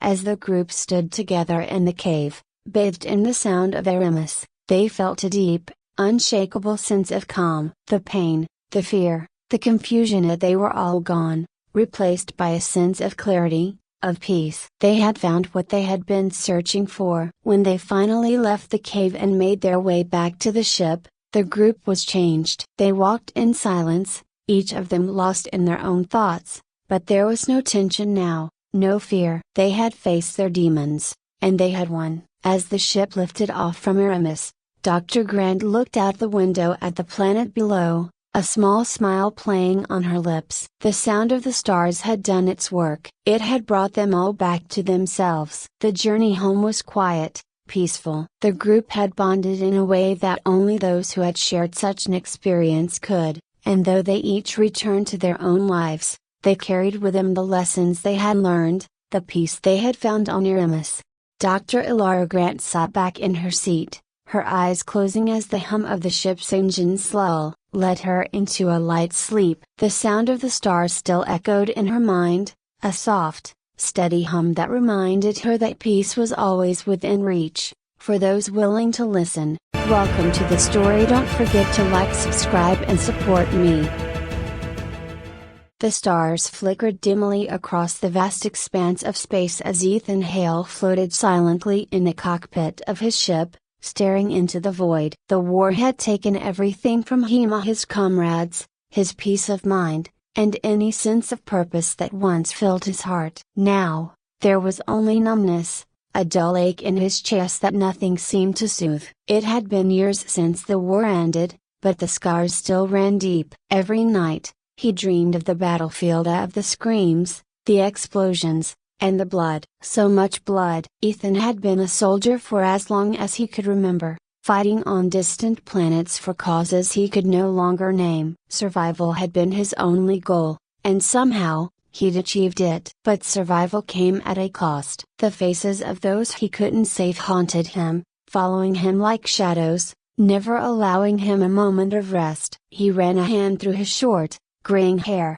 his eyes heavy with fatigue. In front of him, the navigation console blinked softly, the coordinates of his next destination locked in. Luminous, the name alone filled him with a strange sense of hope, though he wasn't entirely sure why. It was just a rumor, a whispered legend passed among travelers and drifters. A planet in the farthest reaches of the galaxy, bathed in a warm light that was said to heal the soul. Ethan wasn't sure if he believed it, but he was desperate. And desperation had a way of making even the most far-fetched stories seem plausible. His ship's engines hummed quietly, breaking the silence as it slipped through the cold vacuum of space. Ethan leaned back in his seat, closing his eyes for a moment. The gentle vibration of the ship was soothing, almost enough to lull him to sleep. But sleep had become a luxury he couldn't afford. Even in the void of space, the nightmares found him. The journey to Luminous was long and uneventful. Days passed without incident,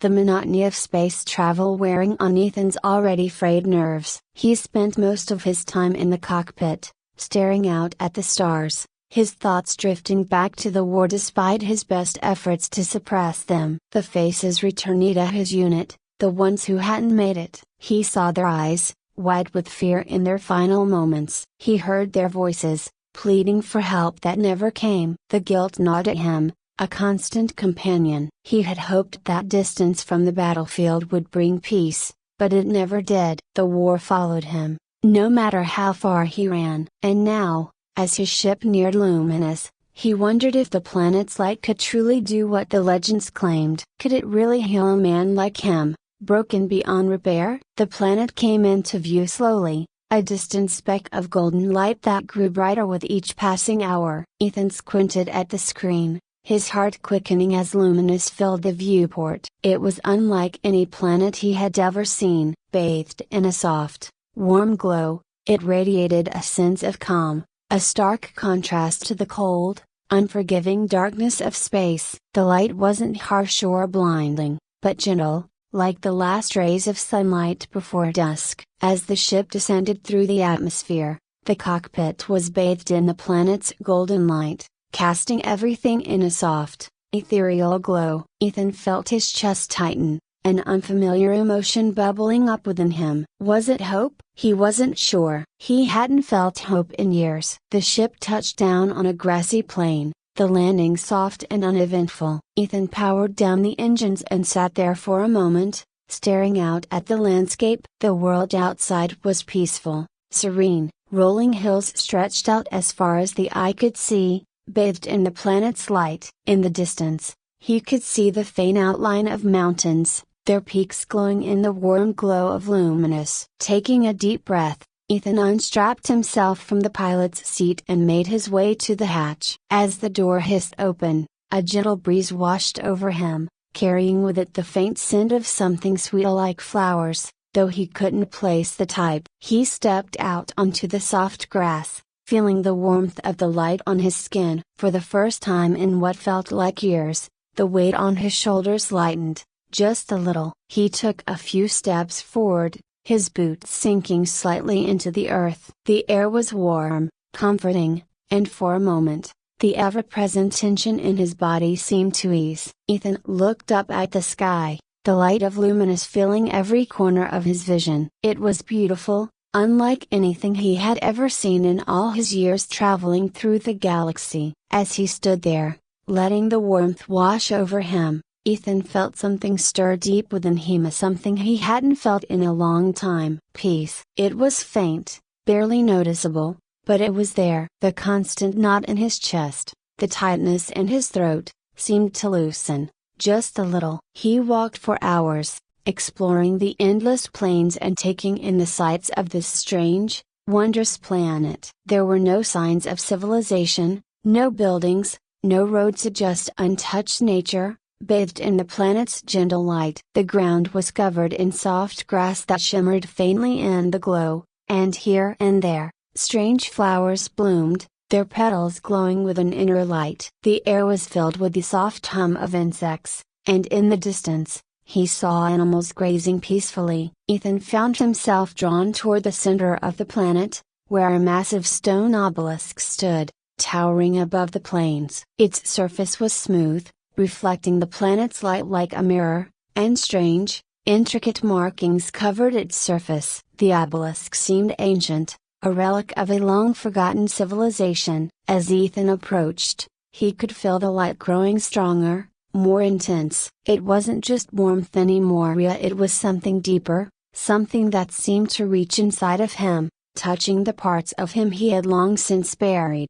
He stood before the obelisk, staring up at it in awe. There was a power here, something beyond his understanding. It wasn't just the light of the planet, it was the heart of luminous, the source of its healing energy. Ethan could feel it pulsing, a steady, rhythmic beat that resonated with his own heart. For the first time in years, he allowed himself to relax. He sat down in the soft grass at the base of the obelisk, letting the warmth of the light envelop him. The tension in his body melted away, and he closed his eyes, letting his mind drift. The memories of the war were still there, but they felt distant, muted, as if the light was shielding him from their full impact. As the days passed, Ethan found himself spending more and more time near the obelisk. The nightmares that had plagued him for years began to fade, replaced by dreams of peace and tranquility. He felt lighter, as if the burden he had carried for so long was slowly being lifted. The planet's light was doing something to him. He could feel it. It was healing him, in ways he hadn't thought possible. But it wasn't just the light. There was something else here, something more. Luminous was alive, in a way. He could feel it in the air, in the ground beneath his feet, in the way the light seemed to respond to his presence. It was as if the planet was reaching out to him, guiding him toward something greater. Ethan spent weeks on Luminous, exploring its vast plains and towering mountains, meditating near the obelisk, and reflecting on his life. The planet had a way of bringing clarity to his thoughts, helping him process the emotions he had long buried. He began to confront the guilt and grief he had carried with him since the war, the faces of his fallen comrades, the weight of the decisions he had made, the lives he couldn't save. But with each passing day, the light of Luminous seemed to soften the pain. The memories were still there, but they no longer held the same power over him. He could look back at his past without being overwhelmed by it. One evening, as the golden light bathed the horizon in its warm glow, Ethan sat at the base of the obelisk, his eyes closed. The light was soft and soothing, like a gentle embrace, and for the first time in years, he felt truly at peace. Suddenly, a faint tremor ran through the ground beneath him. Ethan's eyes snapped open, and he looked around, his senses alert. The tremor was followed by another, stronger this time, and he could feel the earth shifting beneath him. Ethan leapt to his feet, instinctively scanning the horizon. The ground trembled again, this time more violently, causing the tall grass around him to ripple like waves in the ocean. His heart raced. This wasn't just a simple tremor, it felt purposeful, like something was approaching. The calm serenity of Luminous seemed to shift in an instant, replaced by a sense of looming danger. He looked toward the obelisk, its smooth surface now pulsating with a subtle, rhythmic glow. It was as if the planet itself was trying to warn him. He took a step back, unsure of what to do. The peaceful quiet that had comforted him for weeks was suddenly shattered by a low, distant rumble. It was a sound that he recognized all too well: engines. Ethan's pulse quickened. He turned his gaze skyward, and there, breaking through the golden haze of the atmosphere, were dark, menacing shapes. A fleet. Ships, sleek and predatory, descending rapidly toward the surface of Luminous. His stomach sank. They had found it. Panic gripped him for a moment. He hadn't encountered another soul since landing on the planet, and he had almost convinced himself that the rumors of Luminous were too obscure for anyone else to believe. But these weren't explorers or pilgrims seeking peace. He could tell by the formation of the ships, the way they moved in tight, militarized precision. This was an invasion. Ethan sprinted toward his ship, his mind racing. He wasn't armed. He hadn't needed to be. This planet was supposed to be a sanctuary, a place of healing. But now it was about to become a battleground. He skidded to a halt just outside his ship's entry hatch, breathing heavily as he watched the fleet land in the distance. They touched down with a grace that belied their deadly purpose, their engines hissing as they settled into the soft earth. Even from this distance, Ethan could see the insignia on their hulls, an all too familiar symbol of a powerful military faction, one he had encountered during the war. The Calder Dominion. Ruthless, relentless, and always looking for ways to expand their reach. Ethan cursed under his breath. He knew what they wanted. Luminous was no longer a secret. The Dominion had come to harness the power of the planet's light, to weaponize it, to control it. He couldn't let that happen. He wouldn't. He climbed into his ship, frantically searching through the storage compartments. His fingers brushed against something cold and metallic, a pulse rifle standard issue. He hadn't touched it since the war, but now, as he felt the weight of it in his hands, the muscle memory returned. He quickly checked the power cell, ensuring it was charged, and slung the weapon over his shoulder. Ethan knew he was outnumbered, outgunned. But he couldn't stand by and let the Dominion take Luminous. The light had healed him in ways he hadn't thought possible. It had given him peace, and now it was his turn to protect it. He stepped out of his ship, the rifle heavy in his hands, and began making his way toward the obelisk. If there was any chance of stopping the Dominion, he needed to understand the power of the planet fully. The obelisk was the key. He could feel it. It had responded to him before, subtly guiding him through his healing process. Maybe, just maybe, it could help him defend the planet. As he approached the obelisk, the air around him grew thick with tension. The light, once soft and calming, seemed to intensify, radiating with a strength that made the hair on the back of his neck stand on end. Ethan placed a hand on the smooth surface, feeling a surge of energy pulse through him. It was almost as if the planet was alive, aware of the impending threat. "Come on," he muttered, closing his eyes and focusing. "Show me what you've got." A sudden rush of heat coursed through his body, and for a moment, the world around him blurred. Images flashed in his mind, visions of the past, of a great civilization that once thrived on Luminous, harnessing the power of the light for peaceful purposes. They had built the obelisk as a conduit, a way to focus the energy of the planet. But as with all great powers, others had sought to take it, to use it for their own ends. The civilization had fallen, but the light remained, waiting for a protector. Ethan opened his eyes, his heart pounding. The light wasn't just a passive force. It was alive, and it could be wielded. He just had to figure out how. The sound of approaching footsteps snapped him out of his thoughts. Ethan whirled around, raising his rifle as the first of the Dominion soldiers appeared on the horizon. They were armored, their weapons drawn, moving in tight formation as they advanced toward the obelisk. Their faces were hidden behind visors, but Ethan could feel their intent, cold, calculating, and lethal. Without thinking, he opened fire, the pulse rifle kicking against his shoulder as he aimed for the lead soldier. The shot connected, sending the soldier crashing to the ground. The others scattered, returning fire with deadly precision. Ethan ducked behind a rock,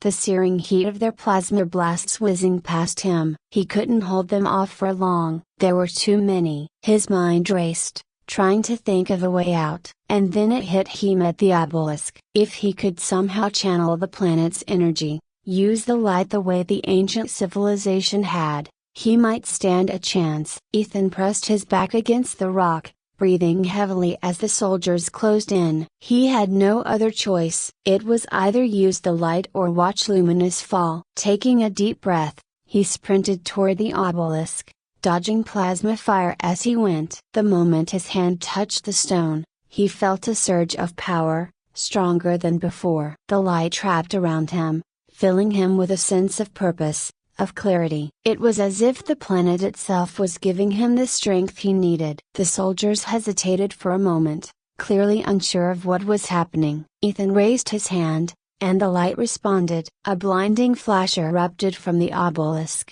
shooting toward the soldiers with incredible speed. The first wave was thrown back, their armor sizzling from the intense heat. They scrambled to recover, but the light was relentless, pushing them farther and farther from the obelisk. Ethan could feel the energy coursing through him, guiding his every move. He wasn't just defending the planet, he was part of it now, connected to its very core. The light was his to wield, and he would use it to protect the peace he had found. The battle raged on, the Dominion forces sending wave after wave of soldiers toward the obelisk. But no matter how many they sent, Ethan stood firm, the light of Luminous growing stronger with each passing moment. He moved with precision, his rifle firing in perfect sync with the planet's energy, cutting through the enemy lines like a blade through air.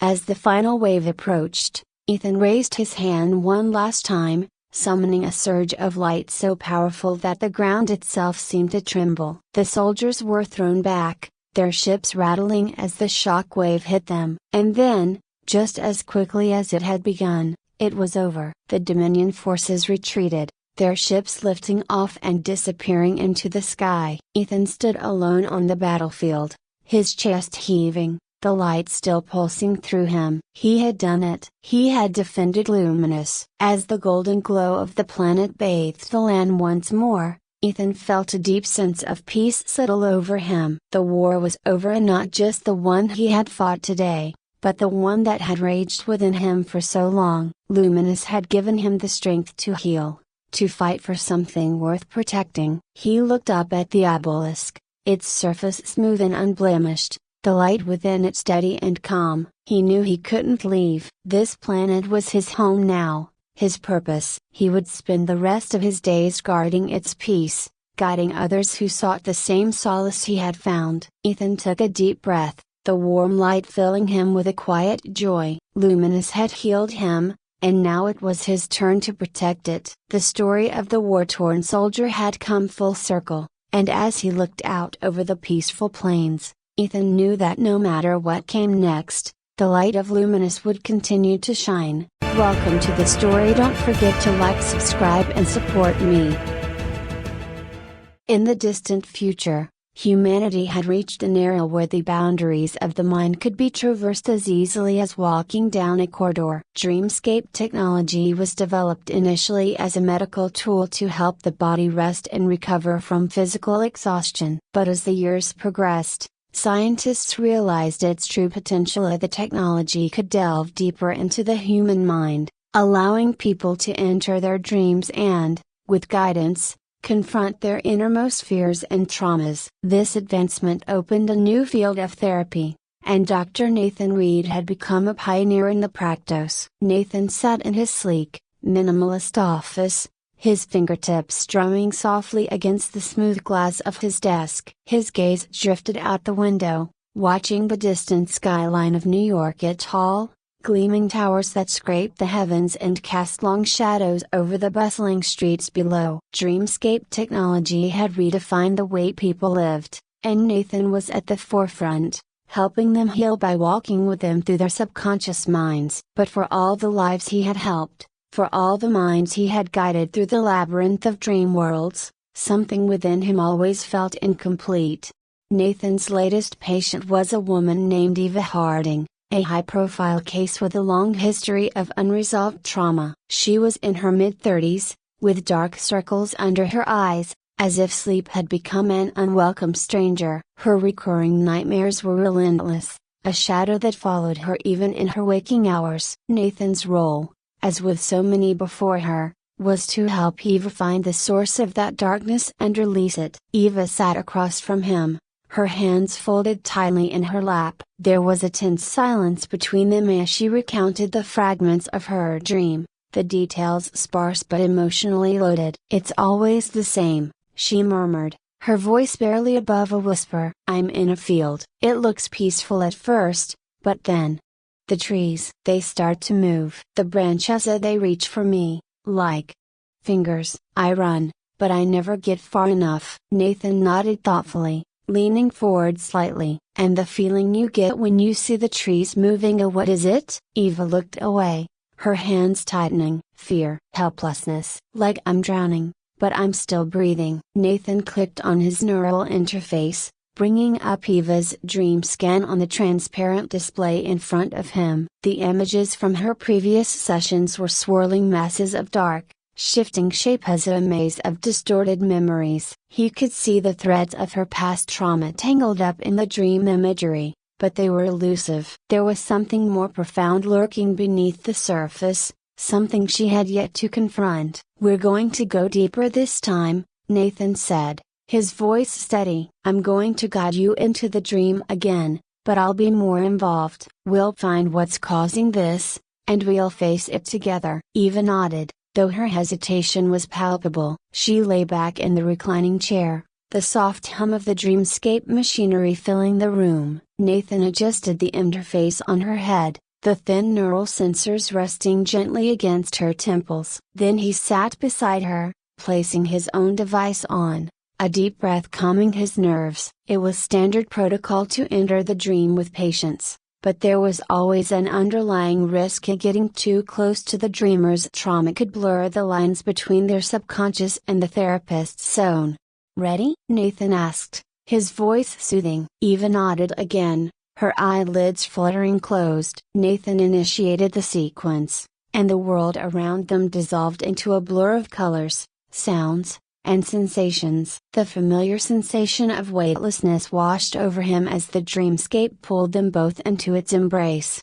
The field was vast, stretching endlessly in all directions, bathed in an eerie, pale light. The grass beneath their feet swayed softly, the air thick with an unnatural stillness. Nathan glanced at Eva, standing beside him, her expression tense, her eyes scanning the horizon. "This is where it always starts," she murmured. Nathan nodded, his gaze following hers. The field seemed peaceful at first glance, but there was an underlying tension, like the calm before a storm. He could feel it too, the subtle wrongness in the air, as if the dream itself was waiting for something to happen. "Let's walk," Nathan said, his voice low. They moved forward, the grass whispering against their legs as they crossed the open field. The sky above was a muted gray, featureless and cold. Nathan kept his senses alert, knowing that in dreams, danger often manifested suddenly, without warning. As they walked,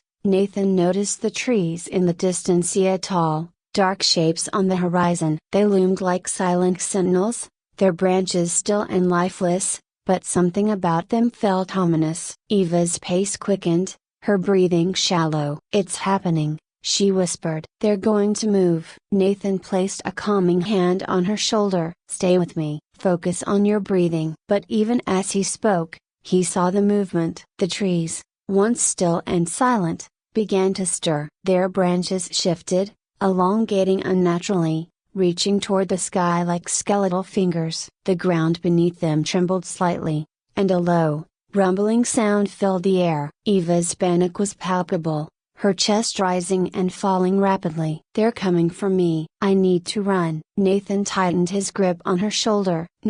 "We face it this time." The trees moved closer, their twisted forms stretching impossibly long as they reached across the field. The air grew thick with tension, and Nathan could feel the pull of Eva's fear, a dark, suffocating presence that clouded the dream. He closed his eyes for a moment, centering himself, then opened them again. "This is your dream, Eva. You control it." But even as he said the words, Nathan felt a strange sensation, an unsettling familiarity in the dream. The trees, the sky, the feeling of helplessness. It wasn't just Eva's fear he was sensing. It was his own. A memory, long buried, flickered at the edges of his mind, something he had forgotten or perhaps chosen to forget. The trees loomed closer, their branches reaching out like hands ready to ensnare them both. Nathan's heart raced, his own breathing becoming shallow. He glanced at Eva, and for a moment, he wasn't sure if he was guiding her or if they were both trapped in a shared nightmare. The branches reached for them, and in a sudden burst of clarity, Nathan grabbed Eva's hand. "Run!" They sprinted across the field, the trees following them, their branches twisting and writhing like serpents. The ground beneath their feet seemed to shift and warp, the dream bending to the weight of their fear. Nathan's mind raced as they ran, his thoughts a jumbled mess of confusion and dread. This wasn't how it was supposed to go. He was the guide, the one in control, but something was wrong. The dream was too vivid, too real. And then, without warning, the ground gave way beneath them. Nathan jolted awake, his heart pounding in his chest, his breath coming in ragged gasps. He was back in his office, the sterile white walls and the hum of the dreamscape machine grounding him. Eva lay beside him, her eyes still closed, her breathing steady. He blinked, trying to shake off the lingering sense of unease. But even as he sat there, he couldn't escape the feeling that something had followed him out of the dream. Nathan sat still for a long moment, his body rigid in the chair, heart still pounding. The dream had been different this time. He'd been inside countless dreamscapes before, but this was something else. His mind drifted to the eerie familiarity, the way the trees had moved, how his own fear had mingled with Eva's. He rubbed his temples, trying to push the unease aside, but the sensation clung to him like a shadow. He glanced at Eva. She was slowly stirring from her session, her brow furrowed as if still caught in the last threads of the dream. Her eyes fluttered open, hazy at first, but gradually sharpening with awareness. She started, her voice hoarse. "I don't know if Nathan leaned forward, his voice calm, but his own thoughts were a storm. "You did well. But I need to know when you saw the trees. Did anything else feel a broken bar familiar to you? Like it wasn't just your fear?" Eva blinked, her confusion palpable. "Familiar? Why?" Nathan shook his head. He didn't want to burden her with his doubts. "Not yet." "Never mind, we'll revisit this later." Eva sat up, looking shaken but more centered than she had before. "I think I saw something. I was running from the trees, but there was a broken bar, something behind them. A shape. I couldn't make it out." Nathan nodded, but inwardly, the conversation barely registered. The dream's haunting quality still rattled him, a feeling that had sunk deep into his bones. He managed to guide Eva through the rest of their session, his professionalism intact, but as she left the office, It felt as though a weight had settled on his chest. He'd always been the observer, the one who ventured into other people's minds, guiding them through their struggles. But now, it was as if his own mind was starting to open, leaking out memories he had long kept sealed. Alone in his office, Nathan ran his hand through his hair and stared out at the dimming city skyline. For years, he'd kept his own trauma buried deep. He had always prided himself on his control. After the accident that had taken his wife and daughter, he'd thrown himself into his work, becoming a leader in dream therapy. He had told himself he was fine, that he didn't need to face what happened. But the dream had rattled something loose. It had awakened a part of him that he had long ignored. Without thinking, he opened the dreamscape system again and began accessing his own neural pathways. He rarely did this, reluctant to turn the technology inward. It was always for others. But tonight, something in him shifted. He needed to know. He needed to face whatever it was that had seeped through in Eva's dream. The machine hummed to life, and Nathan reclined, letting himself drift into the warm embrace of the dreamscape. Nathan stood on a familiar street. The sun was setting, casting long shadows over the pavement. He knew this place. It was the street in front of his old house, the house where he had lived with his wife and daughter before the accident. His heart twisted in his chest as he saw the house looming in the distance, its windows dark, the front door slightly ajar. He hadn't been back here since the funeral. He couldn't. The pain had been too much, so he'd shut it away, burying it deep in his mind. But now, here it was, as vivid as the last day he'd seen it. Nathan moved toward the house, his legs heavy with dread. Each step felt like a weight was dragging him down, but he couldn't stop himself. He had to go inside. He had to see. As he reached the front door, a cold breeze swept through him, and he hesitated. The air inside the house felt thick, oppressive. He pushed the door open, and immediately, he was struck by the scent of something familiar, his wife's perfume, lingering in the air as if she had just been there moments ago. His chest tightened. The interior of the house was dim, the furniture covered in shadows. Nathan stepped inside, the floor creaking beneath his feet. His gaze drifted to the staircase, the one that led up to the second floor, to his daughter's bedroom. His breath hitched, but he forced himself to keep moving. He reached the base of the stairs, his hand hovering over the banister. Slowly, he started to ascend. A noisy, faint whisper drifted down from the second floor. Nathan froze, his blood running cold. He strained to listen, but the sound was too faint to make out. His heart pounded in his chest as he reached the top of the stairs. The hallway stretched out before him, long and dark, with only a sliver of light spilling from beneath his daughter's bedroom door. He swallowed hard, his legs trembling as he took a step forward. The whispering grew louder, like someone was just behind the door, waiting for him. Nathan reached for the doorknob, his hand shaking. He turned it slowly, the door creaking as it swung open. Inside, the room was exactly as he remembered it. The pale blue walls, the stuffed animals neatly arranged on the bed, the tiny bookshelf in the corner. But something was wrong. In the center of the room stood a figure, shrouded in shadow. It was small, childlike, but distorted, its limbs too long, its head tilted at an unnatural angle. Nathan's breath caught in his throat as the figure turned toward him, its eyes glowing faintly in the dim light. It took a step forward, its movements jerky and unnatural. "Daddy?" the figure whispered, its voice thin and distorted. Nathan stumbled back, his mind racing. This wasn't real. It couldn't be real. But the figure took another step forward, its voice growing louder, more insistent. "Dad, you're broken bar, why did you leave me?" Nathan's hands shook, his pulse roaring in his ears. "No, a broken bar, I didn't.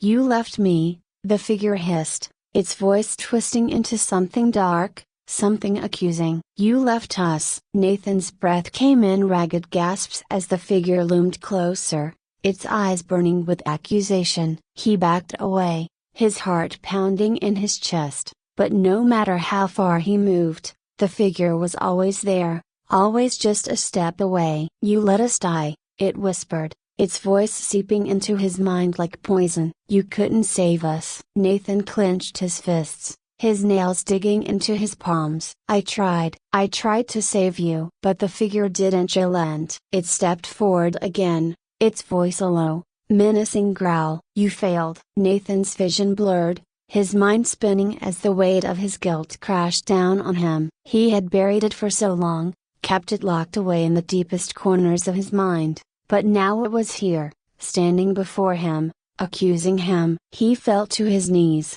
his body trembling, tears burning in his eyes. "I'm sorry. I'm so sorry." The figure stood over him, its shadow stretching across the room like a dark stain. "You should have saved us," it whispered, its voice soft now, almost gentle. "You should have been there." Nathan closed his eyes, his body racked with sobs. He had spent years running from this moment, from the pain and the guilt. But now, there was no escaping it. For what felt like an eternity, Nathan knelt there, his mind consumed by the weight of his regret. But then, slowly, something shifted. A voice, faint, but familiar, whispered in his mind. "It wasn't your fault." Nathan's breath hitched, his heart pounding. He opened his eyes, and for the first time, the shadowy figure before him seemed smaller, less menacing. "It wasn't your fault," the voice repeated, clearer now. Nathan's chest tightened as he looked at the figure. "I tried to save you,"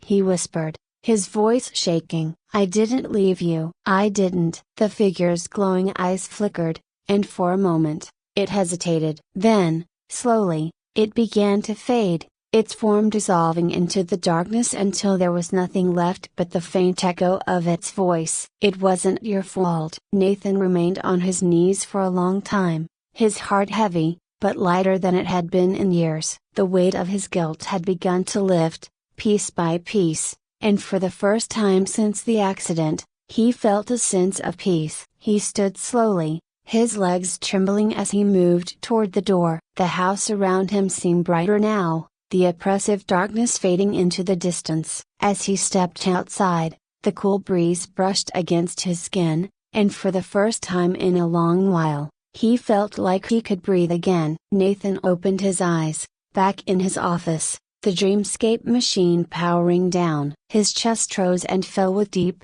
steady breaths, the remnants of the dream still lingering in his mind. But this time, he wasn't afraid. He had faced his past, confronted the darkness that had haunted him for so long, and though the pain would never fully go away, he knew now that he could move forward. The next morning, Nathan sat at his desk, his hands resting on the cool glass surface. He looked out at the rising sun, the city coming to life below him. He had spent years helping others heal, guiding them through their traumas, but in the end, it was Eva who had helped him. Her dream had opened the door to his own healing, showing him that sometimes, the only way to move forward was to face the things you had long tried to forget. Nathan closed his eyes, a small smile tugging at the corners of his lips. He wasn't just a healer anymore. He was also someone who had been healed. And for the first time in years, that was enough. Welcome to the story. Don't forget to like, subscribe and support me. The hum of the spaceport's terminals faded as Dr. Nathan Corvin moved through the crowded atrium, his senses finally attuned to the flow of energy around him. Though the bustling movement of people, traders, and ships was deafening to most, Nathan had learned to tune it out. He could see more than others, feel more. And today, the weight of another mission pressed heavily on his mind. Nathan wasn't a typical doctor. His skill set went beyond medical knowledge or surgical precision. He was a healer of souls, able to traverse the barriers between parallel universes, using his rare gift to repair the deepest wounds, those that existed on a spiritual level. It was a solitary life, but one he'd chosen long ago when he realized that his unique abilities could save those whose pain went beyond the physical. He approached his ship, the Nebula's Grace, a sleek, silver craft designed for interdimensional travel. The technology inside was beyond what most civilizations could even fathom. allowing Nathan to slip between universes as easily as crossing a street. But this journey would be different. The distress signal he'd received earlier was unlike anything he'd encountered before, coming from a parallel universe that should have been sealed off, its access restricted by the unstable nature of its fabric. Still, the message was clear. Jenna Cyril, a renowned interdimensional explorer, was in trouble. The data he had on Jenna was sparse, but her reputation was enough to intrigue him. She'd made a name for herself mapping the most dangerous and uncharted realities, pushing the limits of human exploration. But now, it seemed, she'd gone too far. The signal spoke of a spiritual injury, something more profound than any physical wound, and Nathan knew that only he had the skills to help her. As he entered his ship, the familiar scent of sterilized metal greeted him. He glanced at the control panel, his fingers hovering above the navigation systems. The coordinates Jenna had sent were erratic, but he trusted his instincts. He always had. With a smooth glide, the nebula's grace lifted off, piercing the fabric of space and time with ease. Nathan settled into the captain's chair, feeling the subtle vibration of the ship as it transitioned between dimensions. The journey was disorienting for most, but for Nathan, it was second nature. He closed his eyes, letting the familiar pull of the universe guide him. Soon, he would be in a place where few dared to tread, a fractured universe where the rules of reality were twisted beyond recognition. When the ship emerged from the rift, the sight before him was both breathtaking and unsettling. The universe Jenna had stumbled into was a desolate, fragmented place, where shards of reality floated aimlessly, untethered to any sense of order. Colors bled into one another, skies flickered between day and night, and time itself seemed to pulse erratically. It was a universe on the brink of collapse. Nathan steeled himself and landed the ship on a floating platform that appeared stable enough to hold it. He disembarked, feeling the pull of the universe's broken energy tugging at him. Jenna's presence was faint, but unmistakably she was nearby, though her spirit was fractured, scattered across this chaotic realm. He found her in the shadow of a towering structure that defied all logic, its edges bending inwards as if it couldn't decide what shape to take. Jenna was sitting against its base, her body still and intact, but Nathan could feel the damage within her soul. She was lost, disconnected from herself. "Jenna," Nathan called softly, approaching her with caution. Her eyes flickered open, dull and vacant, barely registering his presence. He knelt beside her, placing a hand on her shoulder, and in that moment, he felt the depth of her pain. It wasn't a physical injury, but something far worse, a deep spiritual wound that had splintered her sense of self. "You came," she whispered, her voice thin and fragile, as if it might break at any moment. "I'm here to help," Nathan said, his voice steady. "But I need you to trust me." Jenna's gaze shifted to the shifting horizon, where reality itself seemed to fracture and mend in an endless cycle. "I don't know if I can be fixed. I've lost pieces of myself, a broken bar, pieces I can't find anymore." Nathan exhaled slowly, feeling the weight of her words. This wasn't just a simple case of spiritual exhaustion. Jenna's soul had been shattered, scattered across the fabric of this broken universe. To heal her, Nathan would have to guide her through a journey within herself, a one that would force them both to confront their own inner darkness.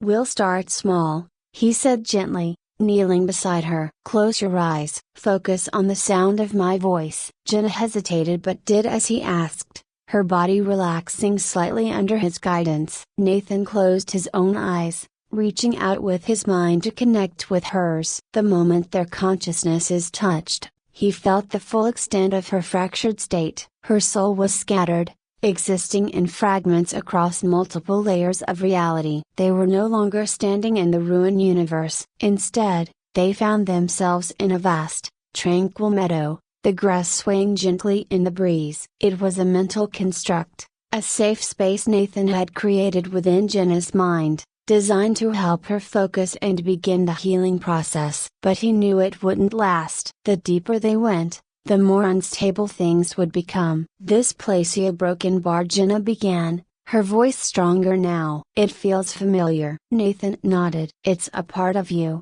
one of the few pieces that's still whole. But we need to find the others." As they walked through the meadow, Nathan could feel the fractures in Jenna's psyche, like invisible wounds etched into the landscape. He guided her carefully, using his own energy to stabilize the fragile construct as they ventured deeper into her subconscious. They came to a cliff's edge, where the ground gave way to a chasm of swirling chaos. Beyond it lay the fragmented pieces of Jenna's soul, floating like islands in the void. Each fragment held a part of her memories, emotions, pieces of her identity that had been lost in the collapse of this universe. "We have to cross," Nathan said, his voice steady. "But you have to be willing to face what's on the other side." Jenna stared at the chasm, her expression conflicted. "What if I don't want to? What if the pieces of me that are lost to Broken Bar are better off that way?" Nathan felt a pang of recognition. He had asked himself the same question many times over the years. As a healer,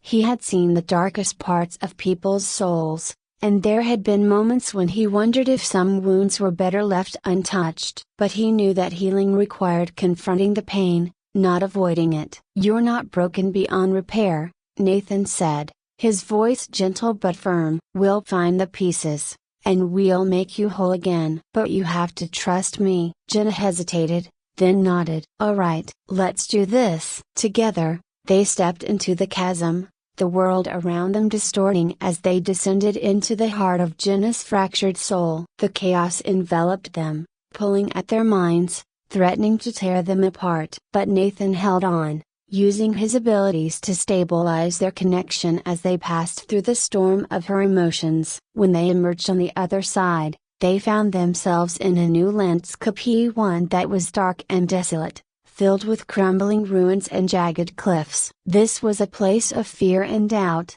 a manifestation of the negative emotions Jenna had suppressed over the years. Nathan felt the weight of the place pressing down on them, but he pushed forward, guiding Jenna through the ruins. "This is where we'll find the first piece," he said, scanning the area with his mind. Jenna followed silently, her expression grim. As they moved through the crumbling landscape, they came to a towering monolith, its surface cracked and weathered. Nathan could feel the energy radiating from Ida. This was one of the lost pieces of Jenna's soul. But as they approached the monolith, a shadowy figure emerged from the darkness. It was a manifestation of Jenna's fierce yet twisted, distorted version of herself, filled with anger and resentment. The shadow stepped forward, its voice a low growl. "You can't heal what's already dead." Nathan Corvin stood in the shadow of the portal, the faint hum of the machinery buzzing in his ears as he keyed in the final coordinates. His fingertips hovered over the screen for a moment before he let out a slow breath,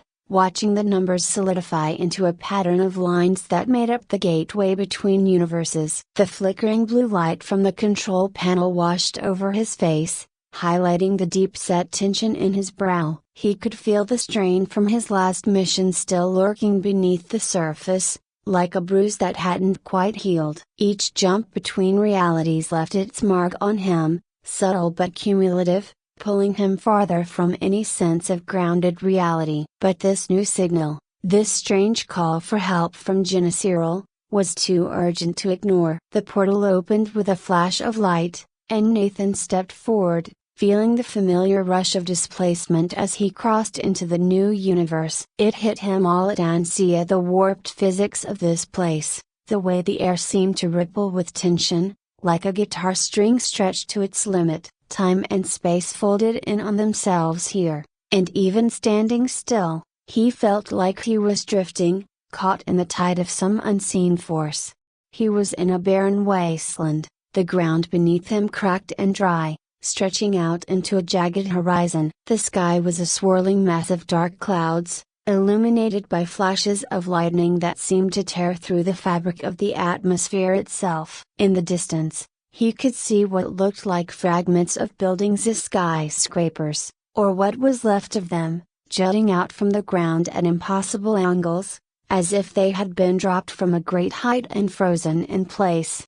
Nathan adjusted the strap of his medical kit on his shoulder and scanned the desolate landscape for any sign of Jenna. Her signal had been strong but urgent, desperate, but now there was nothing. Just the distant rumble of thunder and the eerie, static-filled silence that came with being in a universe that was breaking down. He walked forward, each step crunching against the brittle ground, and soon found himself standing before one of the tilted skyscrapers. The base of the building was shattered, its glass exterior cracked and crumbling, but it provided some semblance of shelter from the storm that was brewing overhead. As Nathan ducked inside, he caught a glimpse of movement out of the corner of his eye. A figure, crouched in the shadows. "Jenna?" he called out, his voice echoing against the hollow walls. The figure stirred, slowly standing up. Nathan took a cautious step forward, his hand instinctively moving toward the small device strapped to his wrist, the one that allowed him to manipulate the energy fields of the soul. He wasn't here to fight, but in a place like this, anything could happen. The figure stepped into the faint light filtering through the cracked windows, and Nathan saw her fascia. Jenna Cyril. Her skin was pale, almost translucent, and her eyes had a haunted look to them, like someone who had been trapped in her own mind for far too long. "You came," she said, her voice barely a whisper. "I wasn't sure if anyone would." Nathan nodded, taking a step closer. "I got your signal. You're lucky it came through. This universe is collapsing in on itself. We need to get you out of here." Jenna shook her head. "It's not that simple." Nathan frowned. "What do you mean?" She gestured to the space around them, to the fractured skyline and the roiling sky above. "I've been here for so long, a broken bar. I'm part of this place now. My soul is tied to it, fractured just like everything else. If I leave a broken bar, I don't think I'll be whole again." Nathan took a deep breath. He had seen cases like this before, real souls that had been damaged beyond repair by the places they had traveled to. Healing them was never easy, and it always came at a cost. But this felt different. Jenna's energy wasn't just fractured, it was being drained, siphoned off by something larger,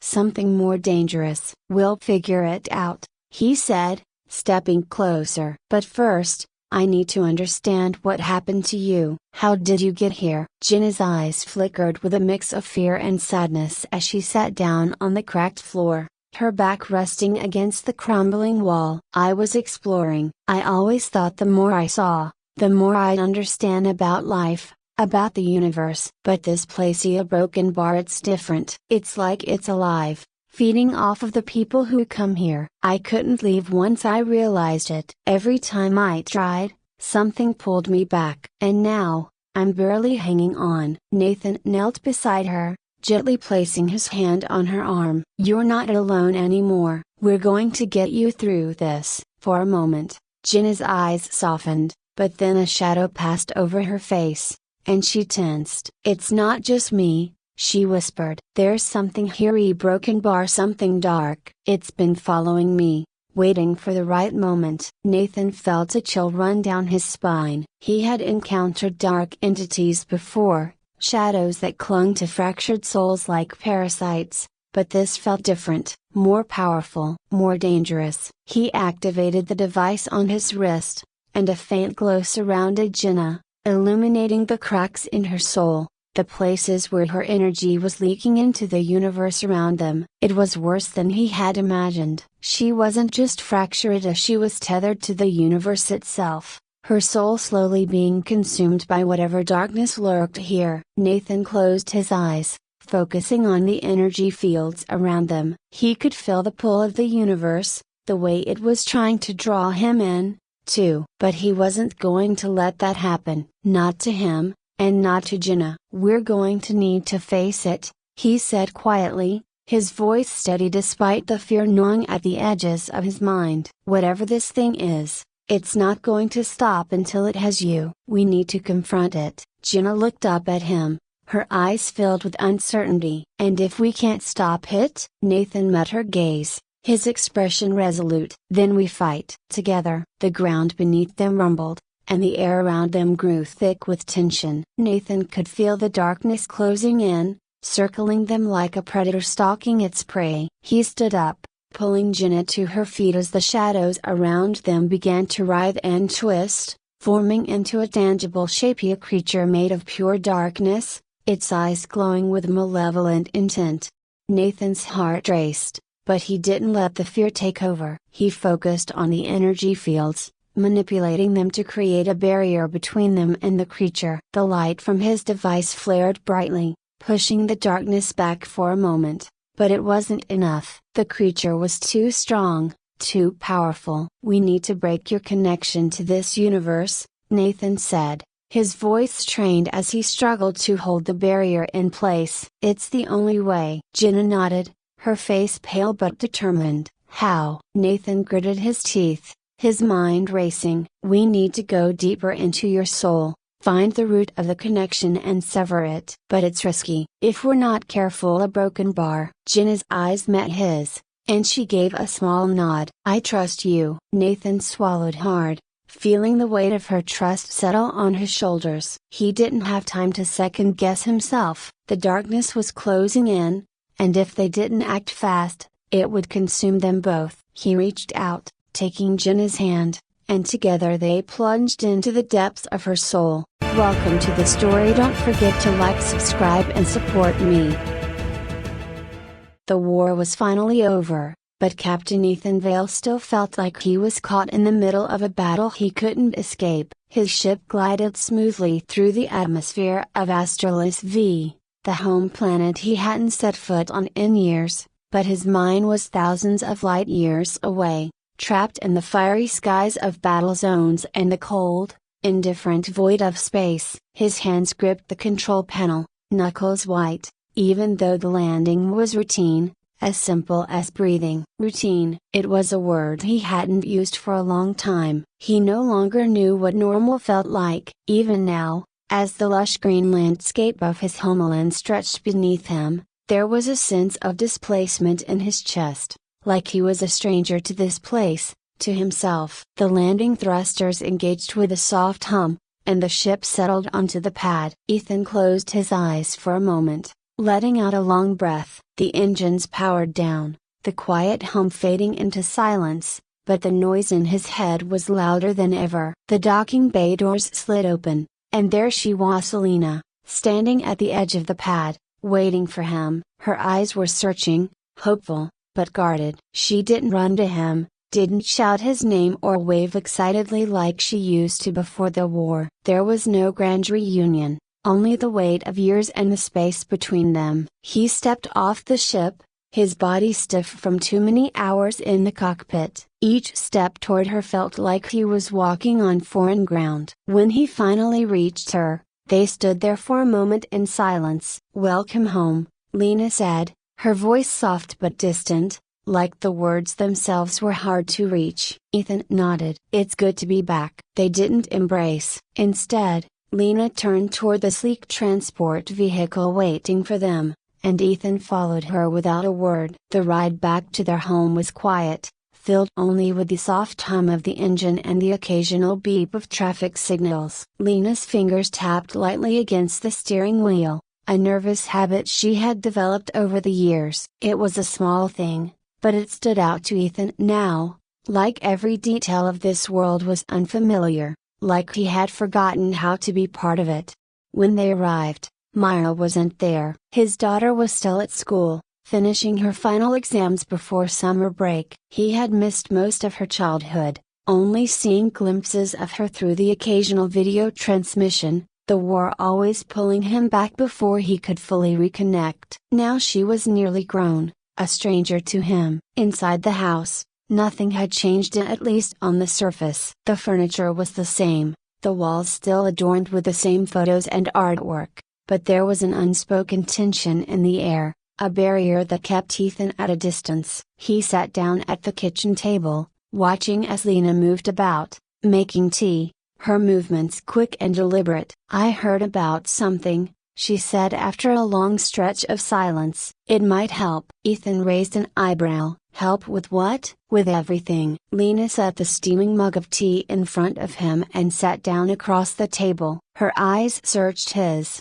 as if she was looking for the man she once knew. There's a new program, a technology they've developed since the war ended. It's called the Mind Sphere. It's supposed to help veterans with what you're going through. What am I going through? Ethan's voice was flat, but there was an edge to it. Lena didn't flinch. You're not the same, Ethan. You haven't been since the day you left for that first deployment. The war changed you. It changed all of us, but you've been through things I can't even imagine. She paused, choosing her words carefully. The Mind Sphere is designed to help people process trauma, anxiety, fear. It's not like therapy. It's immersive. Ethan stared into the swirling tea. He knew she was right. He hadn't been the same since the war. The nightmares, the flashbacks, the restless nights. He was a soldier who had returned from battle, but the battle hadn't left him. Still, the idea of diving into his own mind,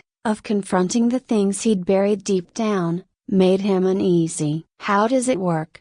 He asked, his voice gruff. Lena relaxed a little, sensing that he was at least considering it. You enter a simulation, but it's not like any other kind of simulation you've experienced. It's a fully immersive mental environment, tailored to your subconscious. It forces you to confront your fears, your guilt, your memories. They say it's incredibly effective for people with combat trauma. Ethan's first instinct was to refuse. He had survived the war by keeping everything locked away, by pushing forward without looking back. But something in Lena's eyes, the hope, the desperation, made him pause. He owed it to her, to Myra, to at least try. All right, he said finally. I'll try it.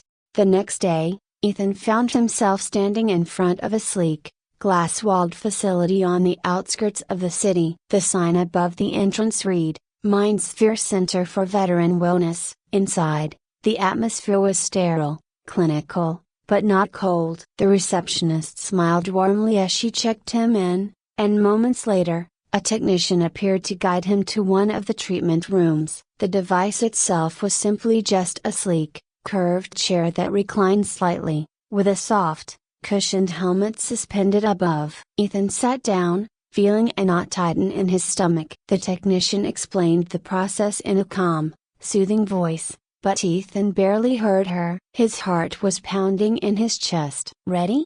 The technician asked. Ethan nodded, though he wasn't sure if he was. The helmet lowered over his head, and for a moment, everything went dark. Then, slowly, light bloomed all around him, soft and warm, like the glow of a distant sun. He wasn't in the sterile room anymore. He was standing on a beach, the waves lapping gently at the shore, the sky painted in hues of pink and gold. The air smelled of salt and sand, and a soft breeze rustled his hair. It was peaceful, almost too peaceful. A voice spoke in his ear, soft but clear. Welcome to the Mind Sphere, Ethan. I'm Aurora, your guide. I'll be with you throughout your sessions. Ethan turned, but there was no one there. Just the endless expanse of beach and the soft murmur of the waves. He wasn't sure what he had expected. A hologram, perhaps, but the voice was disembodied, floating in the air around him. Where am I?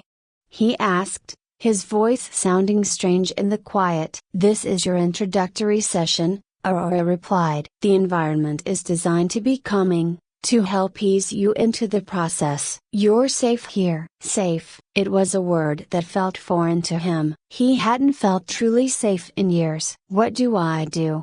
He asked, feeling a little foolish. For now, just breathe. Walk. Explore. We'll take things slowly at first. Ethan hesitated, then began to walk along the shore. The sand felt real beneath his feet, the wind cool against his skin. For a moment, it was almost easy to forget that none of this was real. He could almost let himself relax. But then, without warning, the sky began to darken. The warm hues of sunset faded to a deep, bruised purple, and the soft breeze turned cold and biting. The waves crashed harder against the shore, the sound of the water rising to a roar. What's happening? Ethan asked, his voice sharp. This is your mind, Ethan. Aurora's voice was calm, though there was an undercurrent of something else. You're beginning to confront the things you've been holding on to, Don't fight it. Let it come. Ethan's heart pounded in his chest as the beach around him began to dissolve. The sand beneath his feet shifted,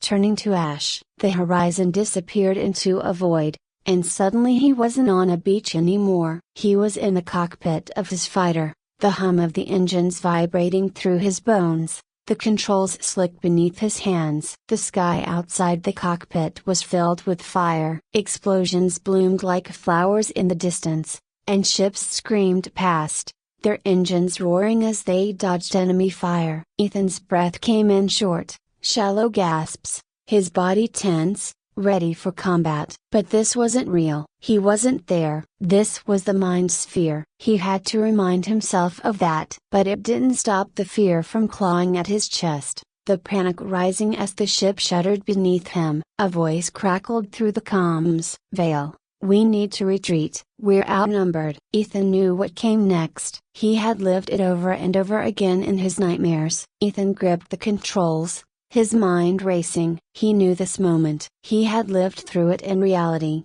and he had replayed it countless times in his nightmares. His squadron was outnumbered, overwhelmed. There was only one option: to retreat, regroup, and hope to survive. But that decision had come at a price. Commander, we have to fall back.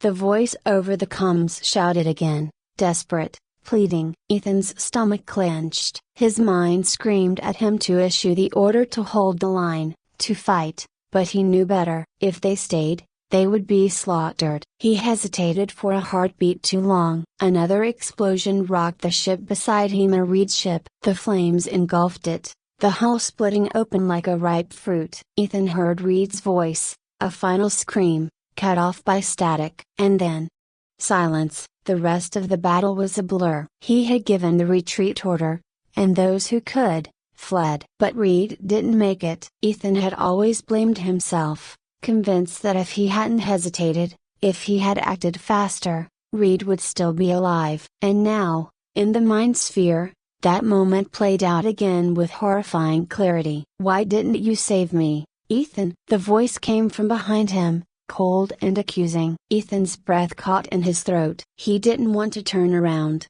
didn't want to face what he knew was waiting for him. But he couldn't stop himself. Slowly, he swiveled in his pilot's seat, his heart hammering in his chest. Reed stood there, his uniform charred and torn, his face twisted in pain and betrayal. His eyes were dark, lifeless, and yet they bore into Ethan, cutting him deeper than any wound ever could. You could have saved me, Reed said again, his voice hollow. Why didn't you? Ethan's hands tightened around the controls until his knuckles turned white. I couldn't. Yeah. You hesitated, Reed interrupted, his voice a sharp blade. You had a chance, and you froze. I'm dead because of you. I made the only call I could, Ethan said, his voice shaking. If I hadn't ordered the retreat, we all would have died. But you didn't give me a chance. Reed's figure loomed closer, stepping through the cockpit. His charred hands reached out,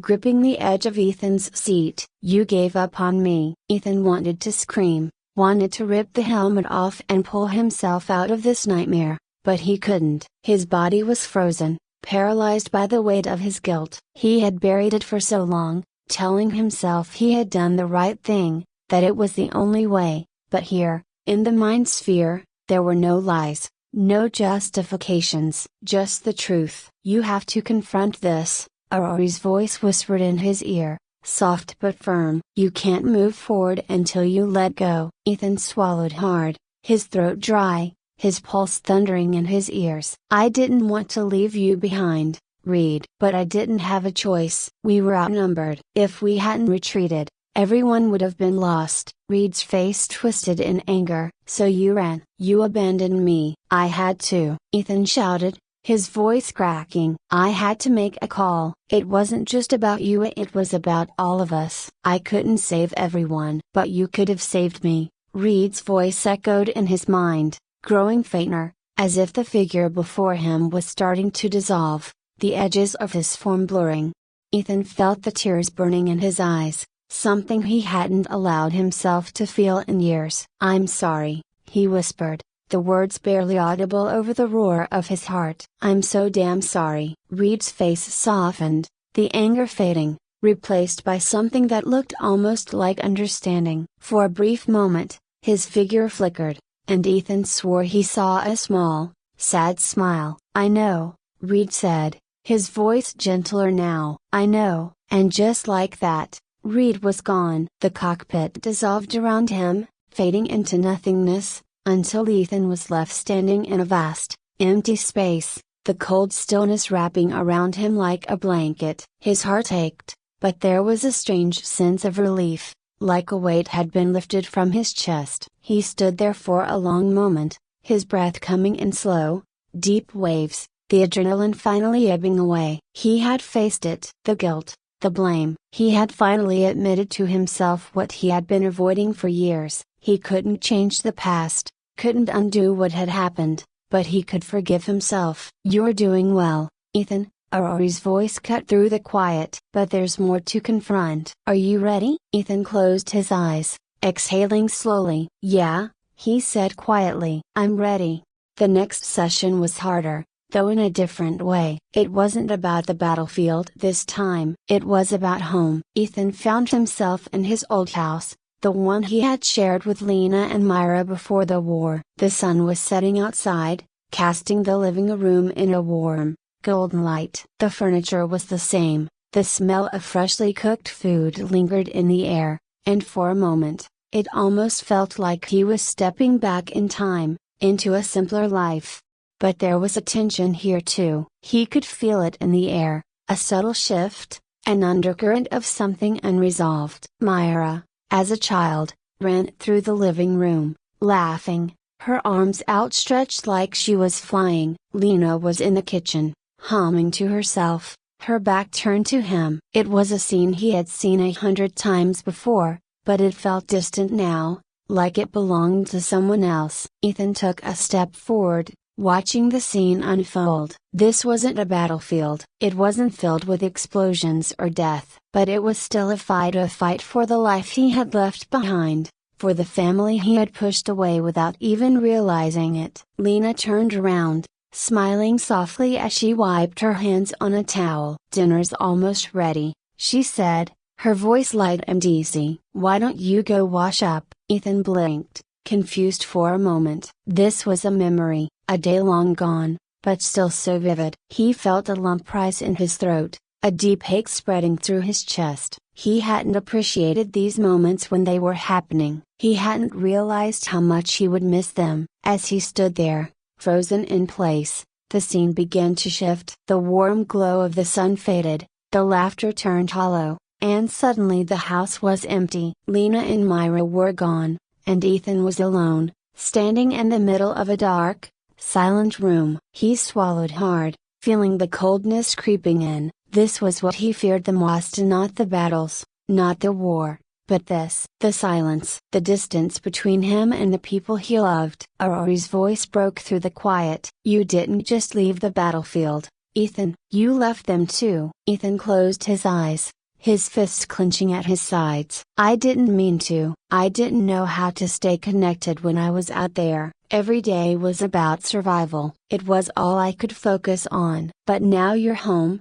Aurora said gently, "and they're still waiting for you." The truth hit him like a punch to the gut. He had come back from the war, but in many ways, he hadn't really returned. He had left pieces of himself out there, and those pieces had built walls around him, walls that kept Lena and Myra at a distance. He opened his eyes, staring at the empty room. It felt like a reflection of his own heart, a cold, distant, disconnected. He didn't want it to be that way anymore. "I want to fix it," he whispered. "I don't want to be this man anymore." The room began to change, slowly at first, then more rapidly. Light seeped in through the windows, the warmth returning. The sound of Myra's laughter echoed faintly in the distance, and the scent of Lena's cooking filled the air once again. "You can," Aurora said softly. "It's not too late." Ethan took a deep breath, the weight on his chest easing a little. He knew the road ahead wouldn't be easy. There would be hard conversations,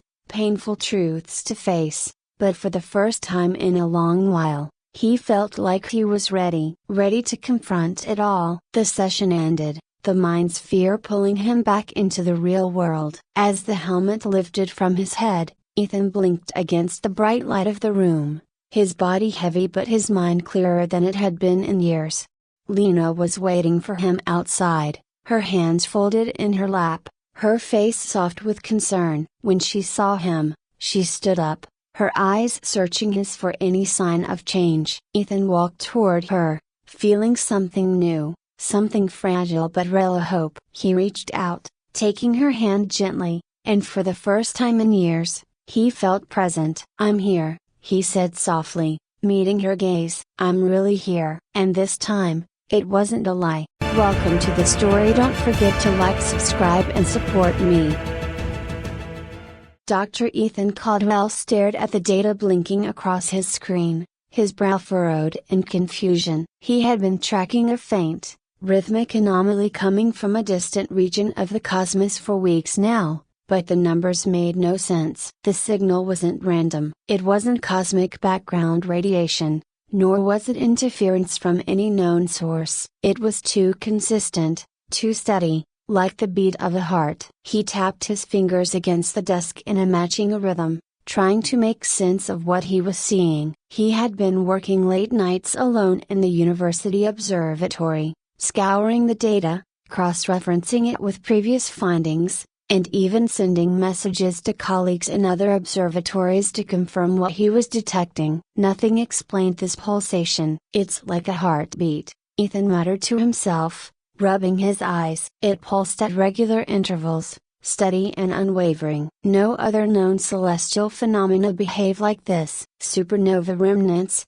pulsars, black holes, they all had patterns, but none as perfect, as alive as this. Ethan sighed and stood up, stretching his arms over his head. His office was cluttered with piles of papers, coffee-stained mugs, and glowing computer monitors filled with more data than he could process. His colleague, Dr. Naomi Sinclair, had already dismissed the signal as nothing more than an unremarkable quirk in the data. "It's just noise, Ethan," she had said a week ago, shaking her head when he brought it up. "There's no point wasting your time on something that's likely just interference." But Ethan couldn't let it go. Something about the pulse pulled at him. It was too perfect, too deliberate. He had never encountered anything like it before, not in his 20 years of studying the stars. With a frustrated groan, Ethan left his office and stepped outside to the observatory's rooftop. The night air was crisp, the sky clear, and the stars glittered like diamonds against the velvet backdrop of space. He breathed deeply, his gaze fixed on the heavens. Somewhere out there, millions of light years away, this pulse originated. Was it a natural phenomenon, or something more? He looked down at his phone and considered calling Naomi again, but he knew how the conversation would go. She would brush him off, tell him to focus on more pressing matters, like their upcoming research grant renewal. But this pulse had burrowed into his mind, refusing to be ignored. Instead, he dialed a different number. "Hello?" A sleepy voice answered. "Lucas, it's Ethan. Sorry to call so late." There was a rustling on the other end as Lucas, his postdoc, woke up. "Ethan, it's nearly midnight. What's going on?" "I need you to look at some data I've been analyzing. There's a pulsarrhythmic signal. I've been tracking it for weeks. I can't explain it, but it's there, and it's consistent." Lucas groaned. "Are you sure it's not just interference?" "I'm sure. I've cross-checked it with every dataset I can find. It's coming from a specific region of the galaxy, and it's unlike anything I've ever seen." There was a pause. "All right," Lucas finally said, his curiosity piqued. "Send me the data. I'll look at it in the morning." "Thanks, Lucas, I appreciate it." Ethan hung up and looked back up at the stars. The pulse was out there, somewhere, waiting to be understood. The next morning, Ethan sat at his desk, staring at a fresh pot of coffee and the mountain of data still flashing on his screens. His mind drifted to Leah, his daughter. He hadn't spoken to her in weeks. Ever since their argument, The silence between them had grown unbearable. She had accused him of caring more about his work than his family, and maybe she was right. He had poured everything into his research for as long as he could remember. Even when Leah's mother left, Ethan had buried himself in his work, using the stars as an escape. But now Leah was grown, living in a different city, and their relationship felt like the very data Ethan was analyzing a distant, cold, unexplainable. He snapped back to reality as Lucas barged into his office, holding a tablet. "Ethan, you were right." Ethan's eyes lit up. "You found something?" Lucas nodded, dropping the tablet onto Ethan's desk. "The pulse is real. I analyzed the data all night. It's not interference, and it's not background radiation. It's coming from a specific point in space, and it's rhythmic. But there's something else." Lucas hesitated. "It changes." "Changes?" Ethan frowned. "It reacts, Ethan. I tested it with different frequencies, and it seems to shift subtly, like it's resonating with something. I don't know what, but it's not a static signal. It's alive." Ethan's heart raced. Alive. That word hit him harder than he expected. Was this pulse not just a natural phenomenon but something sentient? Could the universe itself be communicating in some way? "I need more data," Ethan muttered, pacing. "We need to expand the range, gather more readings." "We also need funding," Lucas added grimly. "We're on thin ice with a board, and they won't be too happy if we don't present something concrete soon." Ethan waved a hand dismissively. "We'll figure that out. This policy, it's bigger than any grant. If we're right, this could change everything." Lucas glanced at the scattered papers on Ethan's desk and the disheveled look in his mentor's eyes. "Just don't lose yourself in this, all right?" "The pulse. It's strange." "It affects you." "What do you mean?" Ethan asked. "When I was running tests on the data, I felt calm, like everything around me didn't matter as much." "It's hard to explain. It's like the pulse quiets the noise in your head. It's subtle, but it's there." Ethan froze, remembering the way the pulse had seemed to settle his own mind during his late night sessions. It wasn't just in the data, it was in him. "We're onto something, Lucas," he said softly. "And we're going to figure out what it means." Days turned into weeks as Ethan and Lucas immersed themselves in their research. They expanded their observations, collecting data from other observatories, and the pulse became clearer. It was undeniable now. It resonated at a frequency that affected not just the equipment but also the human mind. Ethan began to suspect that the pulse was tied to human emotions, like an invisible thread connecting the universe to the heart of every person. The more Ethan delved into the mystery, the more obsessed he became. His office became a labyrinth of data streams and hypotheses scribbled on whiteboards. The pulse had seeped into his very being, dominating his thoughts. He found himself lying awake at night, listening to recordings of the pulse, feeling it sync with his own heartbeat. It was soothing, like a lullaby from the cosmos. One evening, after another long day of research, Ethan found himself alone in his office. The rest of the team had gone home, and the building was eerily quiet. He sat at his desk, headphones on, listening to the pulse as he sifted through the latest data. Suddenly, a message popped up on his screen. It was from Leah. "Dad, can we talk?" Ethan's breath caught in his throat. He hadn't heard from her in months. The last time they spoke, she had been angry that he missed her art exhibition, angry that he never seemed to care about anything outside of his work.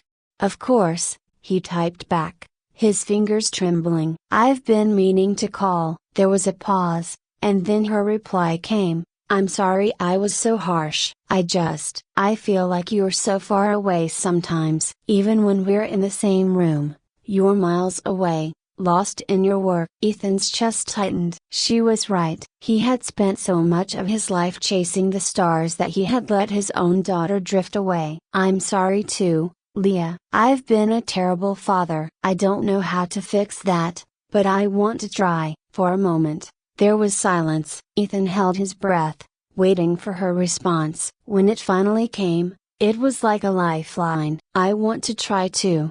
The conversation with Leah lingered in Ethan's mind as he continued his research. The pulse had given him something beyond scientific discovery. It had brought him a sense of clarity, of peace. It was as if the universe itself was urging him to reconnect, not just with his daughter, but with his own emotions. As Ethan shared his findings with his team, he couldn't shake the feeling that they were on the verge of something monumental. The pulse was more than just a scientific anomaly. It was a reflection of something deeper, perhaps even a glimpse into the very nature of life itself. But not everyone saw it that way. The university board, frustrated by the lack of tangible results, began to pressure Ethan to shift focus back to more conventional research. Funding was running low, and the skepticism from his peers grew louder. "We need proof, Ethan," Naomi said during one tense meeting. "This pulse might be fascinating, but without something concrete,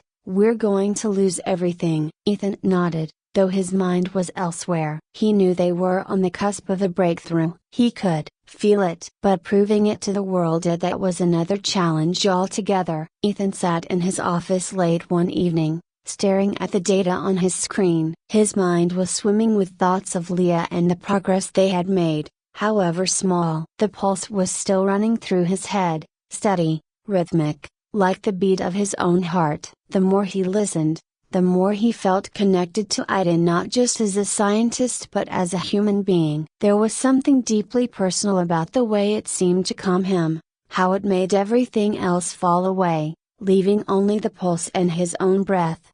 Leah's words from their last conversation echoed in his mind. He had always been so focused on the cosmos, on what lay beyond, that he'd lost sight of what mattered here on Earth. For the first time, he wondered if the pulse was showing him more than just a scientific phenomenon. Was it showing him how to reconnect with the people around him? The next few days were a blur of activity. Ethan and Lucas worked around the clock, pushing their research further. They refined their experiments, using volunteers from the psychology department to study how the pulse affected emotions. The results were astonishing. Volunteers reported feeling calmer, more at peace, and more connected to their emotions after listening to the pulse. It was as if the universe itself was helping them unlock something within. But there was more. As they dug deeper, they discovered that the pulse didn't just affect emotions, it seemed to amplify them. Volunteers who were experiencing sadness or grief reported feeling those emotions more intensely at first,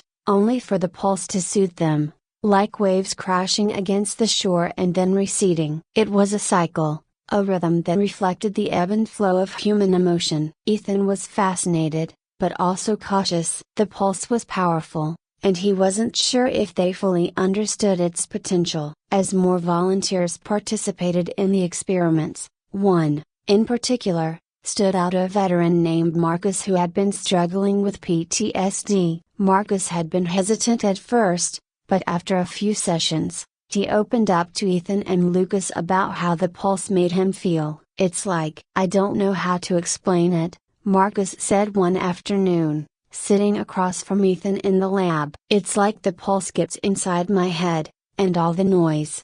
It just quiets down. All the bad memories, the panic, it's like they're still there, but they don't have the same hold on me. I can finally breathe." Ethan nodded, his heart pounding. Marcus's reaction was exactly what he had hoped for, yet it also made him uneasy. The pulse was doing something profound, something beyond what any of them had anticipated. "It's almost like the universe is trying to tell us something," Ethan mused aloud, more to himself than to Marcus. Marcus smiled, a faint glimmer of peace in his eyes that Ethan hadn't seen before. "Maybe it is." But not everyone was responding so positively. Dr. Lucas, who had been one of Ethan's most enthusiastic supporters, began to change. He became obsessed with the pulse, listening to it for hours at a time. Ethan noticed Lucas's behavior becoming more erratic. He was agitated, easily frustrated, and seemed to lose focus during their research meetings. "Lucas, you've been spending too much time with the pulse," Ethan said one evening, after Lucas snapped at a colleague over a minor mistake. "I'm fine," Lucas replied sharply. I just need more time. I'm on the verge of something. You're pushing yourself too hard. The pulsate amplifies emotions. You're not thinking clearly. Lucas shot him a look that sent a chill down Ethan's spine. Maybe I'm the only one who is thinking clearly. The pulse isn't just some scientific discovery, Ethan. It's alive. It's speaking to us. Ethan stared at his friend, realizing for the first time just how deeply the pulse had affected him. Lucas wasn't just fascinated by the pulse, he was consumed by it. We need to step back, Ethan said quietly, trying to remain calm. Just for a bit. We need to make sure we're approaching this with clear minds. Lucas shook his head. You don't understand. The pulse is showing me things about myself, about the universe. I'm not backing down now. Ethan watched as Lucas stormed out of the room, a knot of dread forming in his chest. The pulse, for all its potential, was dangerous. It was tapping into something deep within them, and Ethan feared that they had only begun to scratch the surface of what it was capable of. The next morning, Ethan was woken by a frantic call from Naomi. Lucas is missing, she said, her voice tight with panic. He didn't show up for the morning meeting, and no one can get a hold of him. His phone's off. Ethan bolted out of bed, his heart racing. Have you checked the observatory? I'm heading there now. Ethan threw on his clothes and rushed to the observatory. When he arrived, he found Naomi pacing outside, her face pale. He's not here, she said, her voice barely a whisper. But Ethan followed her gaze to the open door of Lucas's office. Inside, the walls were covered with notes, diagrams, and data points, all connected by frenzied scribbles about the pulse. Ethan's stomach dropped as he stepped inside. Lucas had been tracking the pulse obsessively, far beyond what they had been working on as a team. There were strange symbols mixed in with the scientific data, as if Lucas had been trying to decipher some hidden message within the pulse. Ethan, this is madness, Naomi said, her voice trembling. He's lost it. Ethan didn't respond. He picked up one of Lucas's notebooks, flipping through the pages. The handwriting was increasingly erratic, the notes more and more incoherent. It was clear that Lucas had been unraveling for weeks, perhaps even months, and none of them had noticed. We have to find him, Ethan said, his voice low and steady. Before it's too late. Lucas was found 3 days later, wandering in the desert outside the city. He was disoriented, dehydrated, and muttering to himself about the pulse. Ethan and Naomi visited him in the hospital, but Lucas barely recognized them. His eyes were hollow, his body frail, as if the pulse had drained the life out of him. He's not the same, Naomi whispered as they stood by Lucas's bedside. Ethan's heart ached as he looked at his friend. Lucas had been one of the brightest minds Ethan had ever worked with, and now he was reduced to a shell of himself. The pulse had taken him too far, pushed him to a place from which he might never return. In the aftermath of Lucas's collapse, Ethan made the decision to halt the research. He couldn't let the pulse claim anyone else. He gathered the team and explained that the risks were too great, that they needed to step away until they fully understood what they were dealing with. The decision was met with mixed reactions. Some of the team, including Naomi, agreed that it was the right choice. Others, like Marcus, were disappointed but understood the need for caution. But Ethan couldn't shake the feeling that the pulse wasn't finished with him yet. In the weeks that followed, Ethan tried to return to his normal life. He reconnected with Leah, visiting her more often and making an effort to be present in her life. They shared long conversations about art and science, and for the first time in years, Ethan felt like he was truly getting to know his daughter again. Yet the pulse remained in the back of his mind, a constant, steady rhythm that he couldn't ignore. Late at night, when the world was quiet, he would listen to the recordings he had made, feeling the pulse sync with his heartbeat. It was as if the universe itself was calling out to him, urging him to continue the work he had started. One evening, as Ethan sat alone in his study, Leah called him. "I've been thinking about your pulse," she said, her voice thoughtful. "You always talk about it like it's alive, like it's part of something bigger." Ethan smiled. "I suppose that's how it feels. It's more than just a signal. It's connected to us, in a way I still don't fully understand." Leah was quiet for a moment, and then she said, "Maybe that's the point. Maybe it's not about understanding it. Maybe it's about feeling it." Ethan sat back in his chair, her words sinking in. Feeling it. That's what the pulse had been doing all along, resonating with human emotion, amplifying it, and reflecting it back. It wasn't something to be studied and dissected. It was something to be experienced. And in that moment, Ethan realized that the pulse wasn't just the heartbeat of the universe. It was the heartbeat of life itself. It connected everything, every star, every planet, every human being. It wasn't something to be controlled or feared. It was a reminder that they were all part of something greater, something beautiful and infinite. Ethan closed his eyes and listened to the pulse, feeling it wash over him, calm and steady. He no longer needed to understand it. He simply needed to be with it, to let it guide him, just as it had guided him back to his daughter, to his own heart. The pulse beat on, a quiet rhythm in the vastness of space, reminding Ethan that life, like the universe, was a mystery that could never be fully understood, only felt.